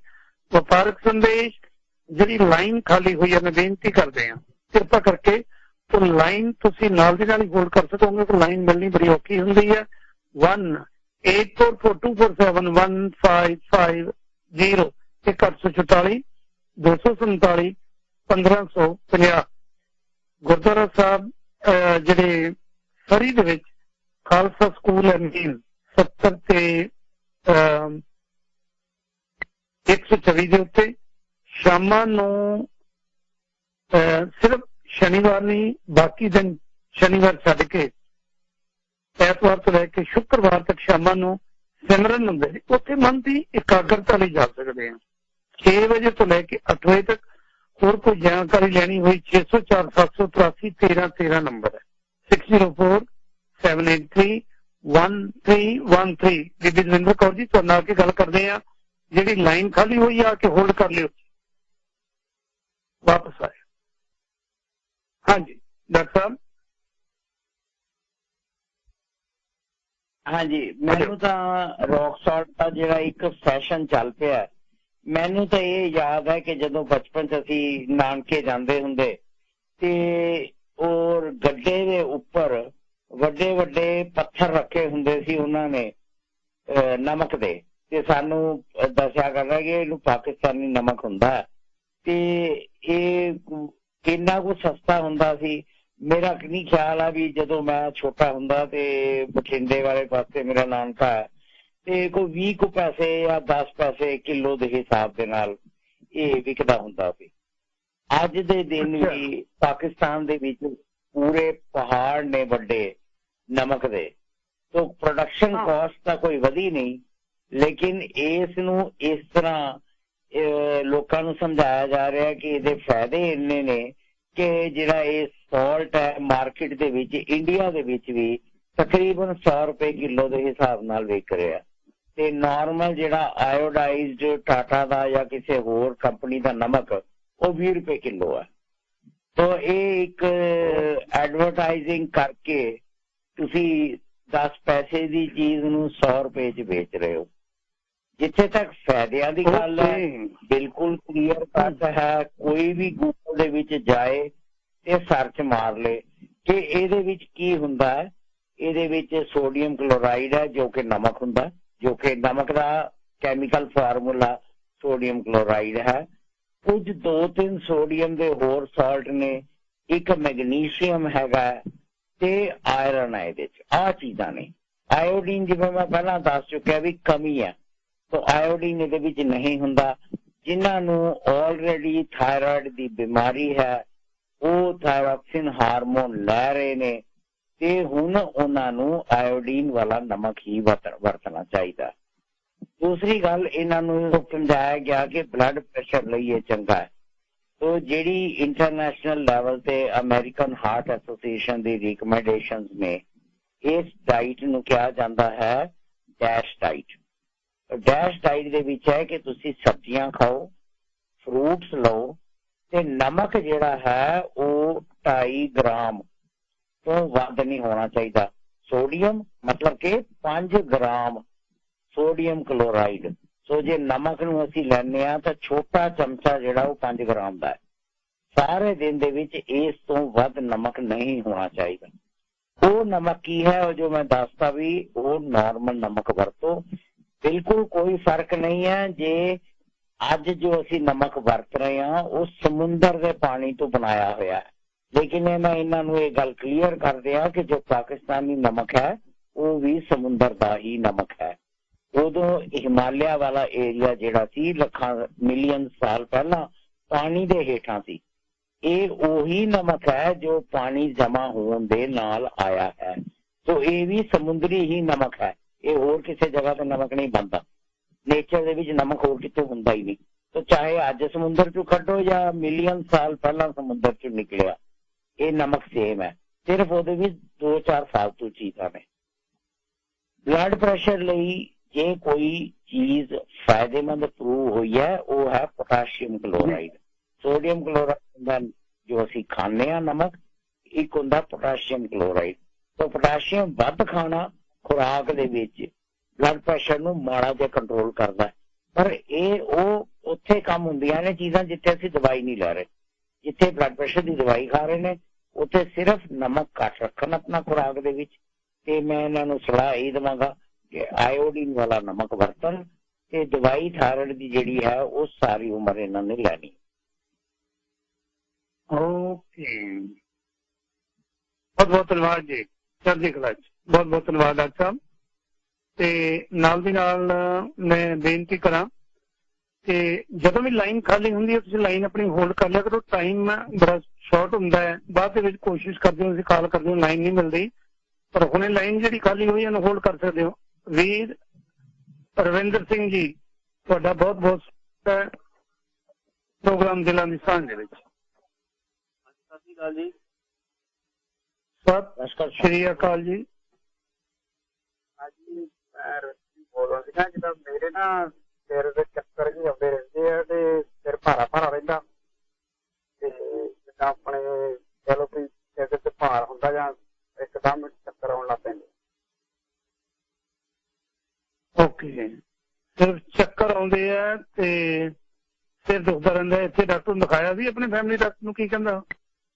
ਹਾਂਜੀ ਦਿਖਾਇਆ ਸੀ ਜੀ, ਉਹ ਉਹਨਾਂ ਨੇ ਕਹਿੰਦੇ ਵੀ ਕੈਸਟਰੋਲ ਠੀਕ ਆ ਆਪਣਾ, ਬਾਕੀ ਸੀਗਾ ਤੇ ਟੈਸਟ ਵੀ ਕੀਤੇ ਸੀਗੇ, ਪਰ ਇੱਕਦਮ ਜਿੱਦਾਂ ਚੱਕਰ ਜਿਹੇ ਆਉਣ ਲੱਗ ਪੈਂਦੇ ਆ ਤੇ ਜਿੱਦਾਂ ਸਿਰ ਉੱਤੇ ਆ ਜਿੱਦਾਂ ਵੇਟ ਰੱਖਿਆ ਹੁੰਦਾ। ਓਕੇ,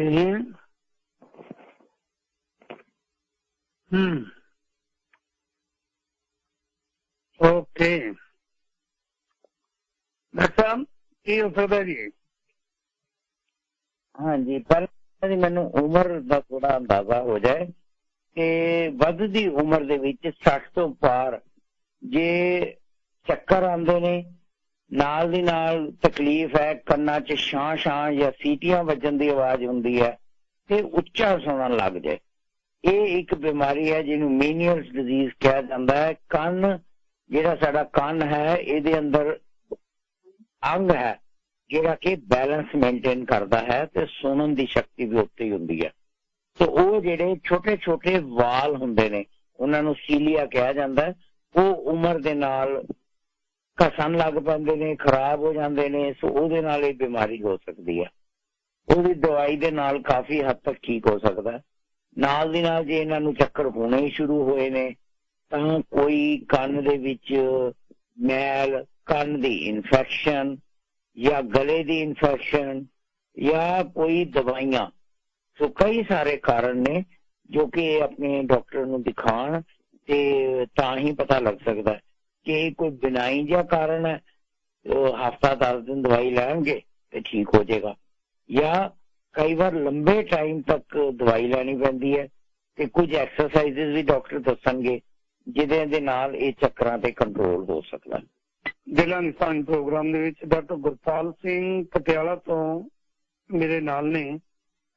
ਮੈਂ ਫਿਰ ਇੱਕ ਵਾਰੀ ਰਿਪੀਟ ਕਰਦੇ ਹਾਂ, ਕਿਉਂਕਿ ਰਿਪੀਟ ਇਸ ਕਰਕੇ ਕਰੀਦਾ ਬਹੁਤ ਵੱਡੀ ਤਾਦਾਦ ਦੇ ਵਿੱਚ ਦੂਰ ਦਰਾਡਿਓਂ ਮੇਰੇ ਸਤਿਕਾਰਯੋਗ ਸਰੋਤੇ ਨੇ ਜਿਹੜੇ ਪ੍ਰੋਗਰਾਮ ਨੂੰ ਸੁਣਦੇ ਆ। ਤੇ ਜਦੋਂ ਵੀ ਕੋਈ ਜਾਗਦਾ ਉੱਠਦਾ, ਜਿੰਮ ਚ ਆਇਆ ਹੁੰਦਾ, ਗੱਡੀ ਦੇ ਵਿੱਚ ਰੇਡੀਓ ਟਿਊਨ ਕੀਤਾ ਹੁੰਦਾ, ਪਤਾ ਨਹੀਂ ਲੱਗਦਾ ਕਿਹੜਾ ਵਿਸ਼ਾ ਤੇ ਕੀ ਗੱਲਬਾਤ ਹੋ ਰਹੀ ਹੈ, ਕੌਣ ਮਹਿਮਾਨ ਹੈ। ਤਾਂ ਸ਼ਨੀਵਾਰ ਨੂੰ ਪਤਾ ਤੁਹਾਨੂੰ ਸਾਰਿਆਂ ਨੂੰ 2 ਦਹਾਕੇ ਹੋ ਗਏ ਨੇ ਇਸ ਮੰਚ ਤੋਂ ਸਿਹਤ ਸੰਬੰਧੀ ਇਸ ਨਾਰੇ ਤਹਿਤ ਜਾਨ ਹੈ ਤਾਂ ਜਹਾਨ ਹੈ ਗੱਲਬਾਤ ਹੁੰਦੀ ਹੈ। ਡਾਕਟਰ ਗੁਰਪਾਲ ਸਿੰਘ ਸਰਜੇਵਾ ਇੰਟਰਨਲ ਮੈਡੀਸਨ ਦੇ ਬਹੁਤ ਆਲਾ ਡਾਕਟਰ ਨੇ, ਗਵਰਨਮੈਂਟ ਰਜਿੰਦਰਾ ਹਸਪੀਟਲ ਪਟਿਆਲਾ ਤੋਂ ਗੱਲ ਕਰ ਰਹੇ ਨੇ ਥਾਇਰਾਇਡ ਦੇ। ਤੁਸੀਂ ਪ੍ਰੋਗਰਾਮ ਦੇ ਵਿੱਚ ਇਸ ਵੇਲੇ ਸਾਰੀਆਂ ਲਾਈਨਾਂ ਰੁੱਝੀਆਂ ਨੇ, ਜਦੋਂ ਹੀ ਲਾਈਨ ਵਿਹਲੀ ਹੁੰਦੀ ਹੈ ਕਾਲ ਕਰਕੇ ਆਪਣਾ ਸਵਾਲ ਪੁੱਛ ਸਕਦੇ ਹੋ। ਜੀ ਸੁਖਦੇਵ ਸਿੰਘ ਜੀ, ਤੁਸੀਂ ਇਹ ਤੇ ਤੁਹਾਡਾ ਬਹੁਤ ਬਹੁਤ ਸਵਾਗਤ ਹੈ ਜੀ। ਡਾਕਟਰ ਸਾਹਿਬ ਨੂੰ ਤੇ ਸਰਦਾਰ ਕੁਲਦੀਪ ਸਿੰਘ ਜੀ ਤੁਹਾਨੂੰ ਸਤਿ ਸ੍ਰੀ ਅਕਾਲ। ਮੇਰੀ ਸਵਾਲ ਹੈ ਜੀ, ਮੈਂ ਇੱਕ ਤੋਂ ਦਵਾਈਆਂ ਲੈਣਾ ਹੈ, ਐਮਲੋਡੀਪੀਨ 5, ਬਿਸੋਪ੍ਰੋਲੋਲ 10 ਤੇ ਇੱਕ ਲੈਣਾ ਮੈਂ ਦੂਸਰੀ ਮੇਰੇ ਭੁੱਲ ਗਿਆ ਹੁਣ, ਇੱਕ ਮੈਂ ਲੈਣਾ ਕੋਲੇਸਟ੍ਰੋਲ ਦੀ ਦਵਾਈ ਤੇ ਵਾਰਫਰਿਨ ਤੇ ਨੈਟਰੋ ਪੈਚ ਵੀ ਲਾਉਣਾ ਮੈਂ, ਤੇ ਇੱਕ ਰੈਮੀਪ੍ਰਿਲ ਇਹ ਲੈਣਾ ਮੈਂ। ਮੁਸ਼ਕਲ ਕੀ ਹੈ, ਪ੍ਰੋਬਲਮ ਕੀ ਹੈ, ਦਵਾਈਆਂ ਨਾ ਦੱਸੋ, ਮੁਸ਼ਕਲ ਦੱਸੋ ਕੀ ਹੈ। ਮੁਸ਼ਕਿਲ ਇਹ ਹੈ ਜੀ, ਮੇਰਾ ਸਰੀਰ ਨਾ ਕਈ ਵਾਰੀ ਏਦਾਂ ਟੁੱਟਣ ਲੱਗ ਜਾਂਦਾ, ਐਂ ਲੱਗੂ ਵੀ ਜਿਵੇਂ ਬੁਖਾਰ ਚੜਿਆ। ਜਦੋਂ ਮੈਂ ਟੈਂਪਰੇਚਰ ਚੈੱਕ ਕਰਦਾ ਉਦੋਂ ਉਹ 95.9 ਹੁੰਦਾ, ਹੁਣ ਮੈਂ ਚੈੱਕ ਕੀਤਾ 96.9 ਹੈ। ਤੇ ਜਿਹੜੀ ਮੇਰੀ ਹਾਰਟ ਰੇਟ ਹੈ ਉਹ 53, 55, ਕਈ ਵਾਰੀ 50 ਤੇ ਵੀ ਹੁੰਦੀ ਹੈ। ਇਹ ਹੈ ਮੇਰਾ ਸਵਾਲ। ਤੁਹਾਨੂੰ ਹਾਰਟ ਦੀ ਵੀ ਕੋਈ ਪ੍ਰੋਬਲਮ ਹੈ? ਹਾਂਜੀ ਹਾਂਜੀ, ਇਸੇ ਕਰਕੇ ਵਾਰਫਰਿਨ ਲੈਣਾ, ਉਹ ਮੇਰੇ ਸਟੈਂਟ ਪਾਏ। ਓਕੇ, ਨਹੀਂ ਹਾਰਟ ਦੀ ਕੋਈ ਸਰਜਰੀ ਵਗੈਰਾ ਕਰਾਈ ਹੈ ਜਾਂ ਸਟੈਂਟ ਪਏ ਜੀ? ਓਕੇ, ਸਟੈਂਟ ਪਏ ਆ। ਤੇ ਬਲੱਡ ਪ੍ਰੈਸ਼ਰ ਦੀ ਵੀ ਤੁਹਾਨੂੰ ਪ੍ਰੋਬਲਮ ਹੈ? ਹਾਂਜੀ, ਉਹ 3 ਦਵਾਈਆਂ ਜਿਹੜੀਆਂ ਬਲੱਡ ਪ੍ਰੈਸ਼ਰ ਨੇ ਲੈਣਾ ਹੈ। ਐਕਸਰਸਾਈਜ਼ ਕਰਦੇ ਹੋ, ਥੋੜੀ ਬਹੁਤ ਵਾਕ ਕਰਦੇ? ਐਕਸਰਸਾਈਜ਼ ਜੀ ਪੂਰੀ ਹੈ, ਐਕਸਰਸਾਈਜ਼ ਤੇ ਕਮੀ ਪੂਰਾ ਵੀ ਨਹੀਂ। ਪੂਰਾ ਨਹੀਂ?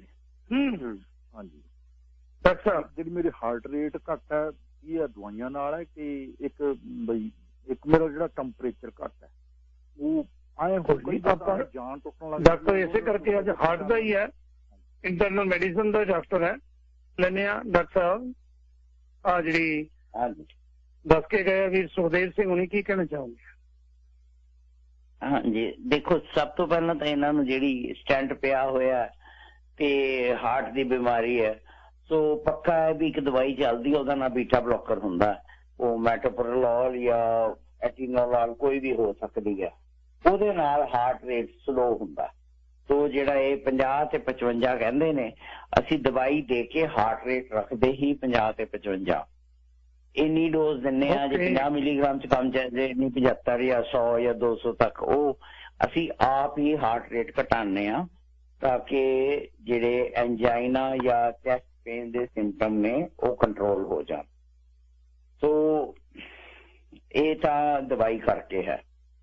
ਬਾਕੀ ਜਿਹੜਾ ਇਹ ਕਹਿੰਦੇ ਨੇ ਕਿ ਇਹਨਾਂ ਦਾ ਉਹ ਘੱਟ ਹੈ ਟੈਂਪਰੇਚਰ, ਇੱਕ ਵਾਰੀ ਜ਼ਰੂਰ, ਵੈਸੇ ਤਾਂ ਇਹਨਾਂ ਦੇ ਡਾਕਟਰ ਨੇ ਜਦੋਂ ਸਟੈਂਟ ਪਾਇਆ ਤੇ ਸਾਰਾ ਕੁਝ ਕੀਤਾ ਹੋਏਗਾ, ਵੀ ਥਾਇਰੋਇਡ ਦਾ ਟੈਸਟ ਜ਼ਰੂਰ ਕੀਤਾ ਹੋਏਗਾ, ਪਰ ਹੋਰ ਕੋਈ ਸਿੰਪਟਮ ਨਹੀਂ ਨੇ ਥਾਇਰੋਇਡ ਦੇ, ਹੋ ਸਕੇ ਤਾਂ ਇੱਕ ਵਾਰੀ ਟੈਸਟ ਕਰਵਾ ਲੈਣ, ਨਹੀਂ ਤਾਂ ਇਹਦੀ ਫਿਕਰ ਕਰਨੀ ਛੱਡਣ ਕਿ ਬਲੱਡ ਪ੍ਰੈਸ਼ਰ ਜਾਂ ਵਧਣਾ ਹੀ ਬਿਮਾਰੀ ਹੈ। ਇਸੇ ਤਰੀਕੇ ਨਾਲ ਟੈਂਪਰੇਚਰ ਬੋਡੀ ਦਾ ਵਧਣਾ ਹੀ ਬਿਮਾਰੀ ਹੈ।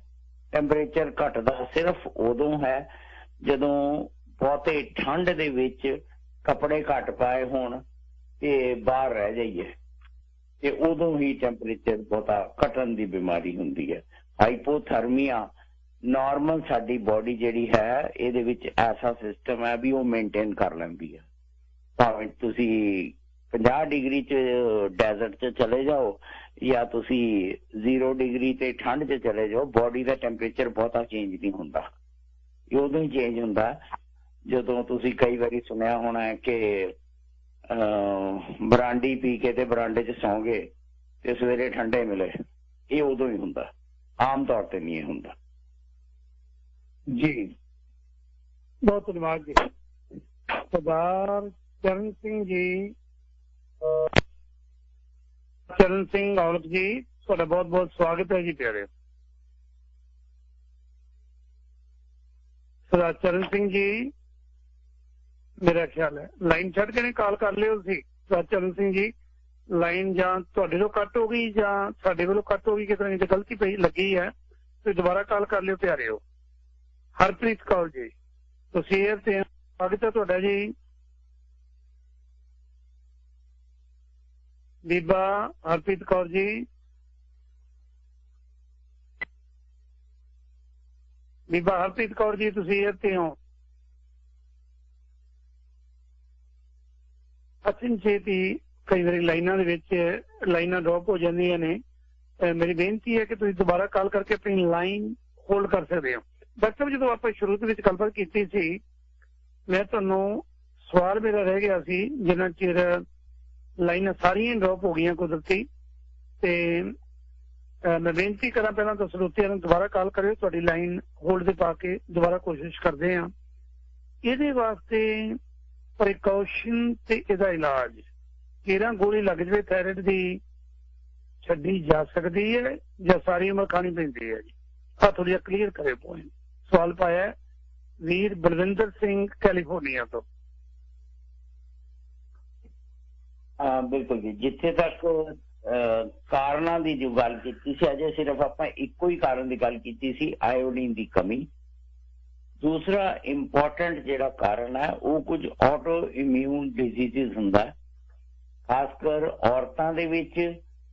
ਥਾਇਰਾਇਡ ਗਲੈਂਡ ਜਿਹੜਾ ਹੈ ਇਹ ਆਪਣੇ ਆਪ ਹੀ ਨੁਕਸਾਨ ਚ ਆ ਜਾਂਦਾ, ਇਹਦੇ ਜਿਹੜੇ ਸੈੱਲ ਨੇ ਉਹ ਨੁਕਸਾਨੇ ਜਾਂਦੇ ਨੇ ਤੇ ਇਹ ਘੱਟ ਕੰਮ ਕਰਨ ਲੱਗ ਜਾਂਦਾ। ਇਹਨੂੰ ਹਾਸ਼ੀਮੋਟੋਸ ਥਾਇਰੋਇਡਾਈਟਿਸ ਕਹਿੰਦੇ ਨੇ।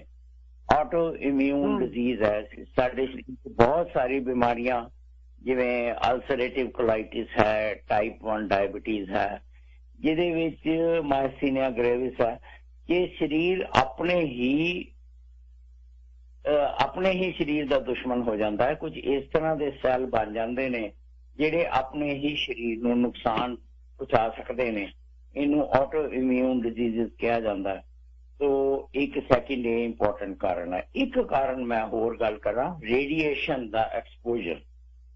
ਤੋ ਤੁਸੀਂ ਦੇਖਿਆ ਹੋਣਾ ਕਿ ਜਦੋਂ ਤੁਸੀਂ ਐਕਸ-ਰੇ ਕਰਾਉਣ, ਸੀਟੀ ਸਕੈਨ ਕਰਾਉਣ ਜਾਂ ਕੁਝ ਜਾਂਦੇ ਹੋ, ਤੇ ਜਿਹੜੇ ਉੱਥੇ ਡਾਕਟਰ ਕੰਮ ਕਰਦੇ ਨੇ ਜਾਂ ਜਿਹੜਾ ਵੀ ਸਟਾਫ ਕੰਮ ਕਰਦਾ, ਉਹਨਾਂ ਨੇ ਇੱਕ ਡੋਜ਼ੀਮੀਟਰ ਲਾਇਆ ਹੁੰਦਾ ਜਿਹਦੇ ਵਿੱਚ ਪਤਾ ਲੱਗਦਾ ਹੈ ਕਿ ਇਹਨਾਂ ਦੇ ਸਰੀਰ ਨੂੰ ਕਿੰਨੀ ਰੇਡੀਏਸ਼ਨ ਐਕਸ-ਰੇ ਦੀ ਮਸ਼ੀਨ ਕਰਕੇ ਜਾਂ ਸੀਟੀ ਸਕੈਨ ਦੀ ਮਸ਼ੀਨ ਕਰਕੇ ਮਿਲੀ ਹੈ। ਤੇ ਜੇ ਇੱਕ ਵੱਧ ਲੈਵਲ ਤੋਂ ਰੇਡੀਏਸ਼ਨ ਹੋ ਜਾਏ ਤੇ ਉਹਨਾਂ ਨੂੰ ਉਸ ਕੰਮ ਤੋਂ ਹਟਾਇਆ ਜਾਂਦਾ ਹੈ, ਕਿਉਂਕਿ ਜਿਹੜਾ ਗਲੈਂਡ ਸਭ ਤੋਂ ਵੱਧ ਥਾਇਰਾਇਡ ਜਿਹੜਾ ਨੁਕਸਾਨਿਆ ਜਾਂਦਾ ਰੇਡੀਏਸ਼ਨ ਕਰਕੇ ਉਹ ਹੈ ਥਾਇਰਾਇਡ ਗਲੈਂਡ। ਤੋ ਉਹਨਾਂ ਨੂੰ ਇਹ ਖਤਰਾ ਹੁੰਦਾ ਹੈ ਕਿ ਉਹਨਾਂ ਦਾ ਥਾਇਰਾਇਡ ਗਲੈਂਡ ਜਿਹੜਾ ਹੈ ਰੇਡੀਏਸ਼ਨ ਜਾਂ ਉਹ ਕਿਰਨਾਂ ਕਰਕੇ ਨੁਕਸਾਨ ਹੋ ਜਾਏਗਾ ਤੇ ਉਹ ਕੰਮ ਕਰਨਾ ਘੱਟ ਜਾਏਗਾ। ਇਸੇ ਹੀ ਤਰ੍ਹਾਂ ਜੇ ਕਿਸੇ ਨੂੰ ਕੈਂਸਰ ਦੀ ਬਿਮਾਰੀ ਹੋਏ ਤੇ ਉਹਨੂੰ ਗਲੇ ਦਾ, ਜਿਵੇਂ ਗਲੇ ਦਾ ਕੈਂਸਰ ਹੋਏ ਜਾਂ ਫੂਡ ਪਾਈਪ ਦਾ ਕੈਂਸਰ ਹੋਏ ਜਾਂ ਹੋਰ ਕਿਸੇ ਕਾਰਨ ਕਰਕੇ ਗਲੇ ਤੇ ਉਹਨੂੰ ਕੋਈ ਰੇਡੀਏਸ਼ਨ ਥੈਰੇਪੀ, ਜਿਹਨੂੰ ਅਸੀਂ ਆਮ ਭਾਸ਼ਾ 'ਚ ਕਹਿ ਦਿੰਦੇ ਬਿਜਲੀਆਂ ਲੱਗੀਆਂ, ਤੇ ਉਹਦੇ ਵਿੱਚ ਵੀ ਥਾਇਰਾਇਡ ਗਲੈਂਡ ਜਿਹੜਾ ਹੈ ਉਹਦਾ ਨੁਕਸਾਨ ਹੋ ਜਾਂਦਾ ਤੇ ਉਹ ਘੱਟ ਕੰਮ ਕਰਨ ਲੱਗ ਜਾਂਦਾ। ਕੁਝ ਦਵਾਈਆਂ ਵੀ ਨੇ ਜਿਨ੍ਹਾਂ ਕਰਕੇ ਥਾਇਰਾਇਡ ਗਲੈਂਡ, ਖਾਸ ਕਰ ਇੱਕ ਬੜੀ ਕਾਮਨ ਜੀ ਦਵਾਈ ਅੱਜ ਕੱਲ੍ਹ ਹਾਰਟ ਦੀ ਬਿਮਾਰੀ ਕਾਫੀ ਕਾਮਨ ਹੁੰਦੀ ਜਾ ਰਹੀ ਹੈ, ਸੋ ਕਾਰਡਰੋਨ ਦਵਾਈ ਕਾਫੀ ਚੱਲਦੀ ਹੈ। ਕੁਝ ਦਵਾਈਆਂ ਦੇਸੀ ਜਿਨ੍ਹਾਂ ਦੇ ਵਿੱਚ ਆਇਓਡੀਨ ਹੁੰਦਾ, ਖਾਸ ਕਰ ਜੋ ਭੁੱਖ ਲਵਾਉਣ ਦੀਆਂ ਦਵਾਈਆਂ ਨੇ ਉਹਨਾਂ ਦੇ ਵਿੱਚ ਆਇਓਡੀਨ ਹੁੰਦਾ, ਜਿਹਦੇ ਨਾਲ ਵੀ ਇਹ ਗਵਾਇਟਰ, ਜੇ ਆਇਓਡੀਨ ਇੱਕ ਫਿਕਸਡ ਮਾਤਰਾ ਵਿੱਚ ਚਾਹੀਦਾ। ਜੇ ਆਇਓਡੀਨ ਵੱਧ ਖਾਣ, ਚਮਚੇ ਭਰ ਕੇ ਆਇਓਡੀਨ ਖਾਣ ਲੱਗ ਜਾਓ ਤੇ ਗਲੈਂਡ ਕੰਮ ਕਰਨਾ ਵੀ ਬੰਦ ਕਰ ਦੇਗਾ। ਬਹੁਤ ਸੈਂਸਿਟਿਵ ਹੁੰਦਾ ਕਿ ਜਿੰਨੀ ਮਾਤਰਾ ਚਾਹੀਦਾ ਉਨੀ ਹੀ ਆਇਓਡੀਨ ਚਾਹੀਦੀ ਹੈ। ਵੱਧ ਆਇਓਡੀਨ ਖਾਓਗੇ ਤੇ ਗਲੈਂਡ ਕੰਮ ਕਰਨਾ ਬੰਦ ਕਰ ਦੇਗਾ। ਸੋ ਇਹ ਸਾਰੇ ਕਾਰਨ ਨੇ ਤੇ ਇਹਨਾਂ ਕਰਕੇ ਇਹ ਹੋਰ ਵੀ। ਸੋ ਜੇ ਤੁਸੀਂ ਕਿੱਥੇ ਕੰਮ ਕਰ ਰਹੇ ਹੋ, ਹਸਪਤਾਲ ਦੇ ਵਿੱਚ ਐਕਸਰੇ ਟੈਕਨੀਸ਼ੀਅਨ ਹੋ, ਡਾਕਟਰ ਹੋ, ਤਾਂ ਪ੍ਰੋਪਰਲੀ ਆਪਣਾ ਥਾਇਰਾਇਡ ਗਲੈਂਡ ਸ਼ੀਲਡ ਕਰਕੇ ਰੱਖਣਾ ਹੁੰਦਾ ਕਿ ਉਹਨੂੰ ਨਾ ਰੇਡੀਏਸ਼ਨ ਜਾਏ ਤੇ ਉਹ ਨਾ ਕਰੇ। ਬਾਈ ਚਾਂਸ ਤੁਹਾਡੀ ਰੇਡੀਓਥੈਰੇਪੀ ਹੋਈ ਹੈ, ਬਿਜਲੀਆਂ ਲੱਗੀਆਂ ਨੇ, तो टाइम सिर अपना 6 महीने बाद अपना थायराइड का टेस्ट कराओ, ये देखने ਲਈ कि कितने घट का नहीं काम कर रहा। ते जिवें मैं दसिया कि इलाज तो इको है, इसने थायरॉक्सिन हार्मोन बनाना। जे ये नहीं बना रहा तो थायरॉक्सिन हार्मोन बाहरों लाओ। तो इस करके जिंदगी भर अखीरले दिन तक ये लेना ही लेना, क्योंकि इस तो बिना तो बहुत सारी मुसीबत आ जानियां ने। ਸਿੰਪਲ ਬਹੁਤ ਸਪਸ਼ਟ ਕੀਤਾ ਹੈ। ਬਹੁਤ ਧੰਨਵਾਦ ਵੀਰ ਬਲਵਿੰਦਰ ਸਿੰਘ ਜੀ। ਉਮੀਦ ਹੈ ਕਿ ਤੁਹਾਡੇ ਦਾ ਜਵਾਬ ਡਾਕਟਰ ਸਾਹਿਬ ਦੇ ਗਏ ਨੇ। ਤੁਸੀਂ ਇਹ ਦਵਾਈ ਲੈਣੀ ਪੈਣੀ ਹੈ ਜੀ। ਤੇ ਬਲਵੀਰ ਸਿੰਘ ਜੀ ਤੁਸੀਂ ਇੱਥੇ ਹੋ, ਸਵਾਗਤ ਹੈ ਤੁਹਾਡਾ ਜੀ।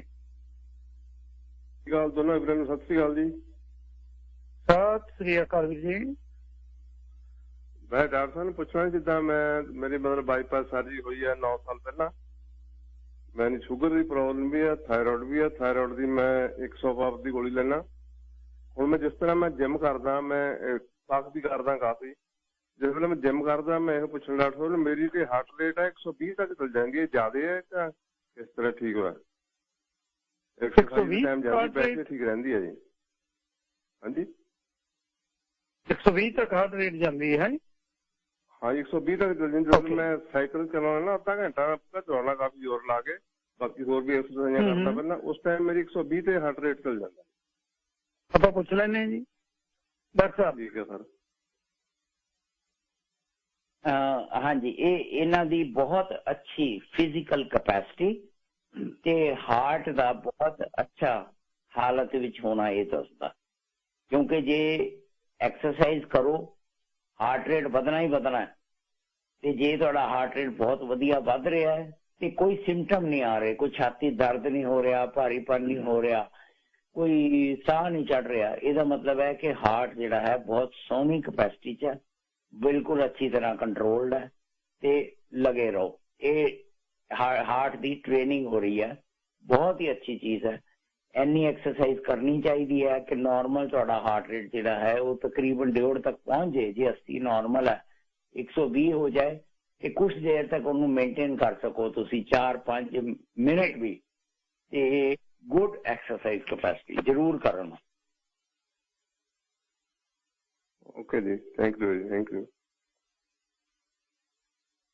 ਓਕੇ, ਬਹੁਤ ਬਹੁਤ ਧੰਨਵਾਦ ਜੀ। ਆਪਾਂ ਅੱਜ ਕਰੀਏ ਫਿਰ